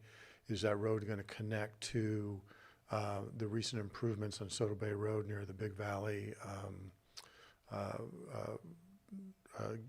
fueling station, or is it before the Big Valley Road or by the transfer station, if that's going to connect? So I was curious about that. The other thing, and if I can indulge the board to put up that last slide with the maps, I agree with Supervisor Crandall and Supervisor Owen about the conditions of the road in District 3. It is, I remember being in an earth meeting, people talking about, kiddie pool sites, potholes on roads that haven't been given attention in over a generation. It has one of the lowest pavement indexes, and if you can't do Lucerne, why not just accept that and then shift that to some other part of his community? It is just, it's not acceptable. I'm sorry. The other thing to consider this is a 36-mile model of a plan, and I understand Director Ewing is looking to essentially spin up to be able to do additional miles. I would strongly urge the board to consider that any and all additional miles go to the districts with the lowest CPI or PCI and to the worst roads in that PCI until such time that that is no longer the district with the lowest average. Yeah, it's going to be a half mile for Supervisor Sabatier, but then the rest would, in this model, would go to Supervisor Crandall's district and bring it up to the standard that it's been waiting extremely patiently for attention. And Clear Lake Oaks was one of the areas that is, yeah, you don't want to drive on that. We drive on the Lucerne roads every week, and yeah, they need attention too. But I understand that it's going to have some trenching done. But just shift that. Do 30 miles in the Clear Lake Oaks area or the Glen Haven area or wherever else it's needed, and then come back. District 5 has had a lot of attention last year with Cobb. They did a great job. It looks like they've got quite a bit. There's other ways to do this, but even though I'm in District 4, I can't in good conscience just sit here and see what's happening to District 3. Please give that the attention it deserves. Find it in your budget to give him what he needs. Thank you. Thank you. Mr. Chair, if you're going to wait for all these. Yeah, can we? Thank you, Director Ewing, for bringing this forward. One thing that didn't get brought up today, and I don't know if this is the appropriate time, but since this is the 5-year transportation plan, and remediation work is set to begin at the EPA Superfund site. And you had mentioned the concerns over Sulphur Bank Road during that. So I guess my question is, the EPA Superfund site traffic on Sulphur Bank Road over several years is estimated to be 20 to 50 trucks per day, and I think this is going to be for a 4 or 5 year span. I encourage the board to consider discussion for impact reimbursement agreement for Sulphur Bank to ensure restoration at the end of the project, that it's not left to the county to repair it later on. But I think the work is supposed to begin September, October of this year. Thank you. Thank you. Was there anyone else in the room?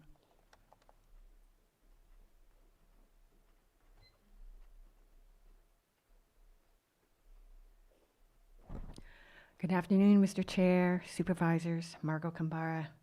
First, thanks to Director Ewing and his terrific road crew for good work and a good plan. Secondly, Director Ewing has almost an impossible job, and I appreciate the challenge that he has to do so much work with such limited resources. And so I have a few suggestions and a few comments. So first is on the prioritization. I would suggest an expansion because there is a class of roads that will not be addressed under the current scheme, and that is those roads that pose severe safety concerns. And those roads are also in District 3, such as High Valley Road. And these roads, they may need some structural work, but if we don't plan it, it won't happen. So getting them on some kind of priority, and again, it could follow the rubric that's already been established. You know, what are the road conditions? What is a functional class? And then the geography. And I would also add under functional class a criterion, and that is that road serving as an evacuation route? And if so, that should be granted higher points for eligibility. In general, we're not seeing, or I just don't see it. How are we going to address some of the roads that qualify to become more compliant with 4290, to be a fire-safe road, to meet those requirements so people can evacuate safely? Not all roads in the county are going to qualify for that, but I don't see our plan to improve roads so at least it's safer for our residents to evacuate in case there's a need. Thank you. Thank you. And I don't believe there's anybody else in the room, but we may have some online. We have Sterling. Sterling, go ahead. Yes, thank you. I also want to say thank you to Tom and Margot because District 3 is absolutely been just swept under the rug. But I am going to bring up, the Old Long Valley Bridge again. It's a safety concern. We have, talked about maybe putting a Bailey Bridge in during the summertime until they can get these funds. But I keep getting told that until we can prove that there's a bridge, there's no grant funding. So right now, I just want to bring up the grant funding that can be looked for, and I'm hoping that Lars can answer these questions this time for me. There's the Protect. It specifically funds community resilience projects, evacuation routes, wildfire resilience, transportation access improvements during disasters. There's the FEMA Hazardous Mitigation Grant Program, which helps with putting in a bridge. And the county includes the project in its hazardous mitigation plan. FEMA can fund projects that reduce future disaster risks, and a second evacuation route can be justified as reducing fire emergency risk. Another grant is called RISE grants. RISE grants are bond transportation grants that have funded rural transportation improvement, safety projects, access projects, and infrastructure that improves communities. There's another one that is called the Bridge Investment Program. This program allows local governments to apply for planning and bridge project grants if the county wanted to build a new bridge crossing and could seek planning funds first. I can keep going down the list. There's probably about 10 of them that I'm looking at right now.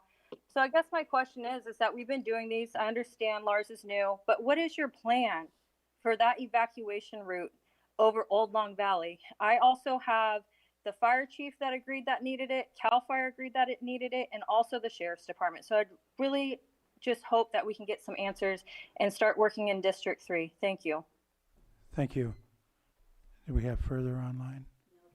Then I'll close public comment, bring it back to the board. And Yeah, I'll address those questions. First off, Soda Bay Road, for an understanding of that, I'm presuming that the question has to do with the South Main Street Soda Bay Road project and the location of that. South Main Soda Bay Road corridor improvement project extends. It'll be in phases. It extends from the city limits on South Lakeport on South Main Street. It extends down South Main Street, which then turns into Soda Bay Road. And that's essentially the dividing line of the second phase. The Soda Bay Road portion would extend from Soda Bay Road at the intersection of South Main Street, generally south and then east on Soda Bay Road to essentially the Lakeport transfer station. Now the funding that we have secured it gets us gets the South Main Street portion addressed. And then onto a small portion, I think it's about 1,000 feet of Soda Bay Road, more or less geographically to the movie theater, if we want to use those terms. So that gives us the location of the Soda Bay Road portion that is included with the project that we talked about that would be in active construction. Sulphur Bank Road, appreciate that. I attended along with a few others the walkthrough. I'm in conversations with the EPA about how we can address the concerns of the impacts that project will have on the county road. It's one thing. It's a public road. Anybody can go on it, as is State Highway 20, Highway 29. But the impacts on the county road that is not built to the same standard is a concern. So we're looking for a path that will get us to ensuring that the road is certainly left in no worse state than it is now.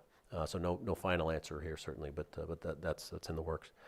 With respect to prioritization, there were a number of comments that were mentioned there. I don't know that there were any specific questions, but I appreciate the recommendations, and I'll factor those in. Spring Valley, for a comment there, there is no bridge on, and to all the historic information that we have, there has never been a bridge at the low water crossing of Old Long Valley Road. I'm aware of at least the programs that were referenced. I'm aware of each of those. I will comment on the FEMA Hazard Mitigation Grant Program. The first step to that was that project being included in the Hazard Mitigation Plan, which I appreciate for those that were involved with that. And I'm glad that others had that thought to include in it right when I came on board. Some of the other grant programs. I will say that competitiveness comes in. That doesn't mean that we can't and won't pursue those grant programs, but the Spring Valley area, the development of that is what I think is driving the need now. We maintain that low water crossing. When we can, we will maintain it, and we'll pursue certainly through some of the grant programs that were referenced and others. When I come to your board with, in fact, the Highway Bridge program was mentioned, and while that wasn't referenced here, I want to point out that it's the funding for maintaining existing bridges and repairing and replacing existing bridges is much more accessible than an entirely new bridge.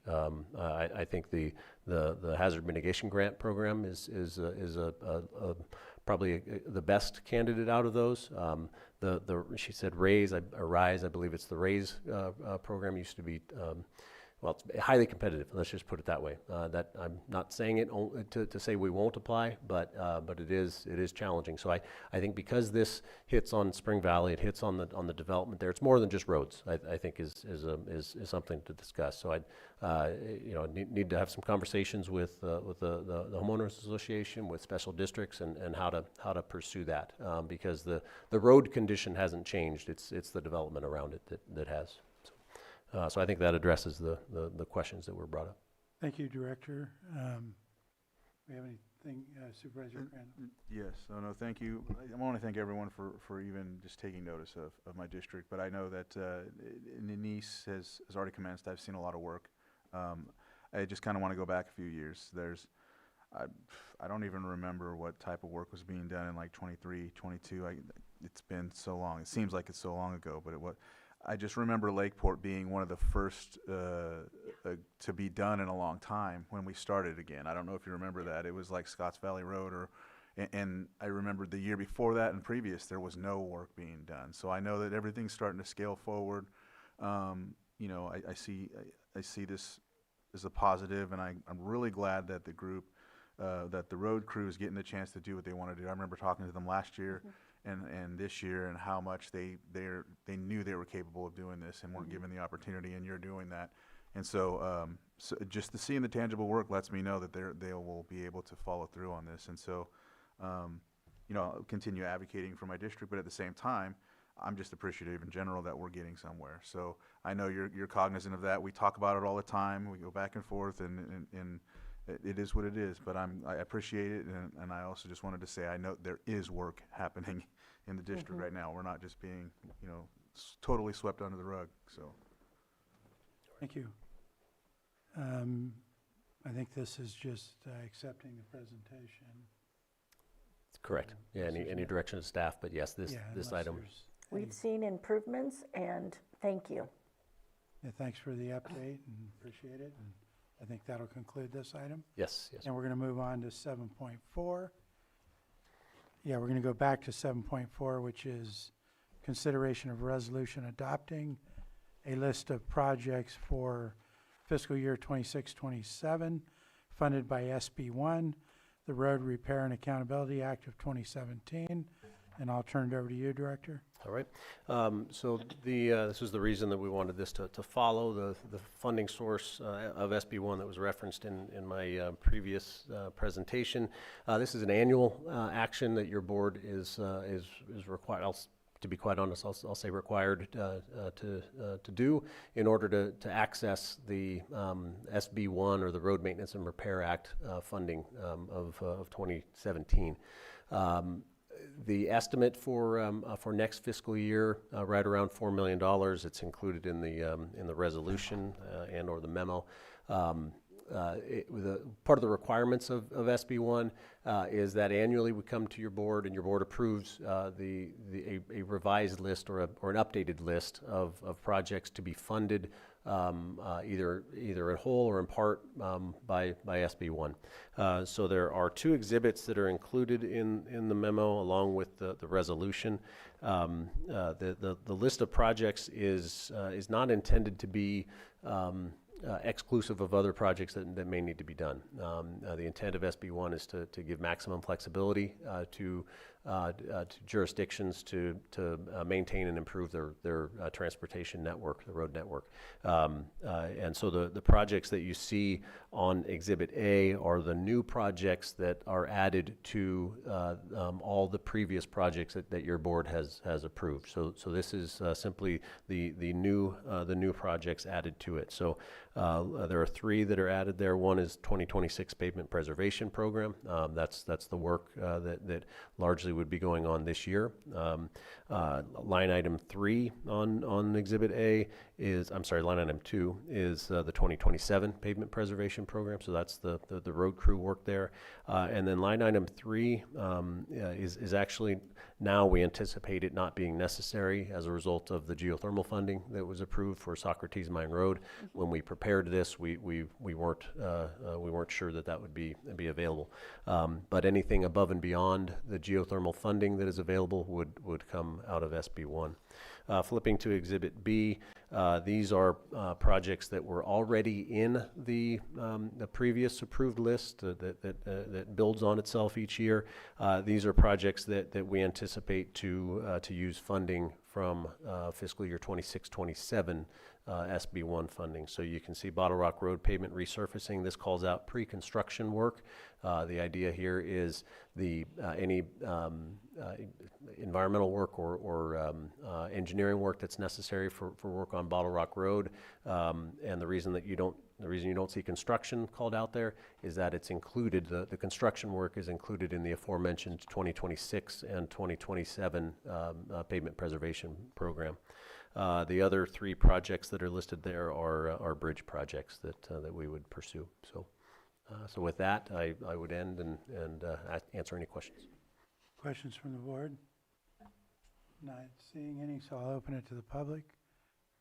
Not seeing any in the room. Is there any online? I'll close public comment, bring it back to the board. Mr. Chair, I offer the resolution. Resolution's been offered. Supervisor Owen? Aye. Supervisor Crandall? Yes. Supervisor Pyska? Yes. And Supervisor Rasmussen? Aye. Thank you. That concludes. Thank you, Director. Appreciate it. And it is going on 5:30. We still have closed session to do. Does anybody have any critical report items they need to get out? Or if not, then I'm going to move into, doesn't look like it. So I'm going to announce closed session. And the first item would be 8.1, conference with legal counsel, significant exposure to litigation pursuant to Government Code Section 54956.9 D2 and E1, 3 potential cases. Item 8.2, conference with legal counsel, existing litigation pursuant to Government Code Section 54956.9 D1. That's FERC proceeding number P77, Potter Valley Hydroelectric Project. Is there anybody in the public that wishes to comment on these items before we adjourn to closed session? Not seeing any in the room, nothing online. And so at this point, we will do a full shutdown today, Sam. How long? 10 minutes. We'll be in recess until we are shut down.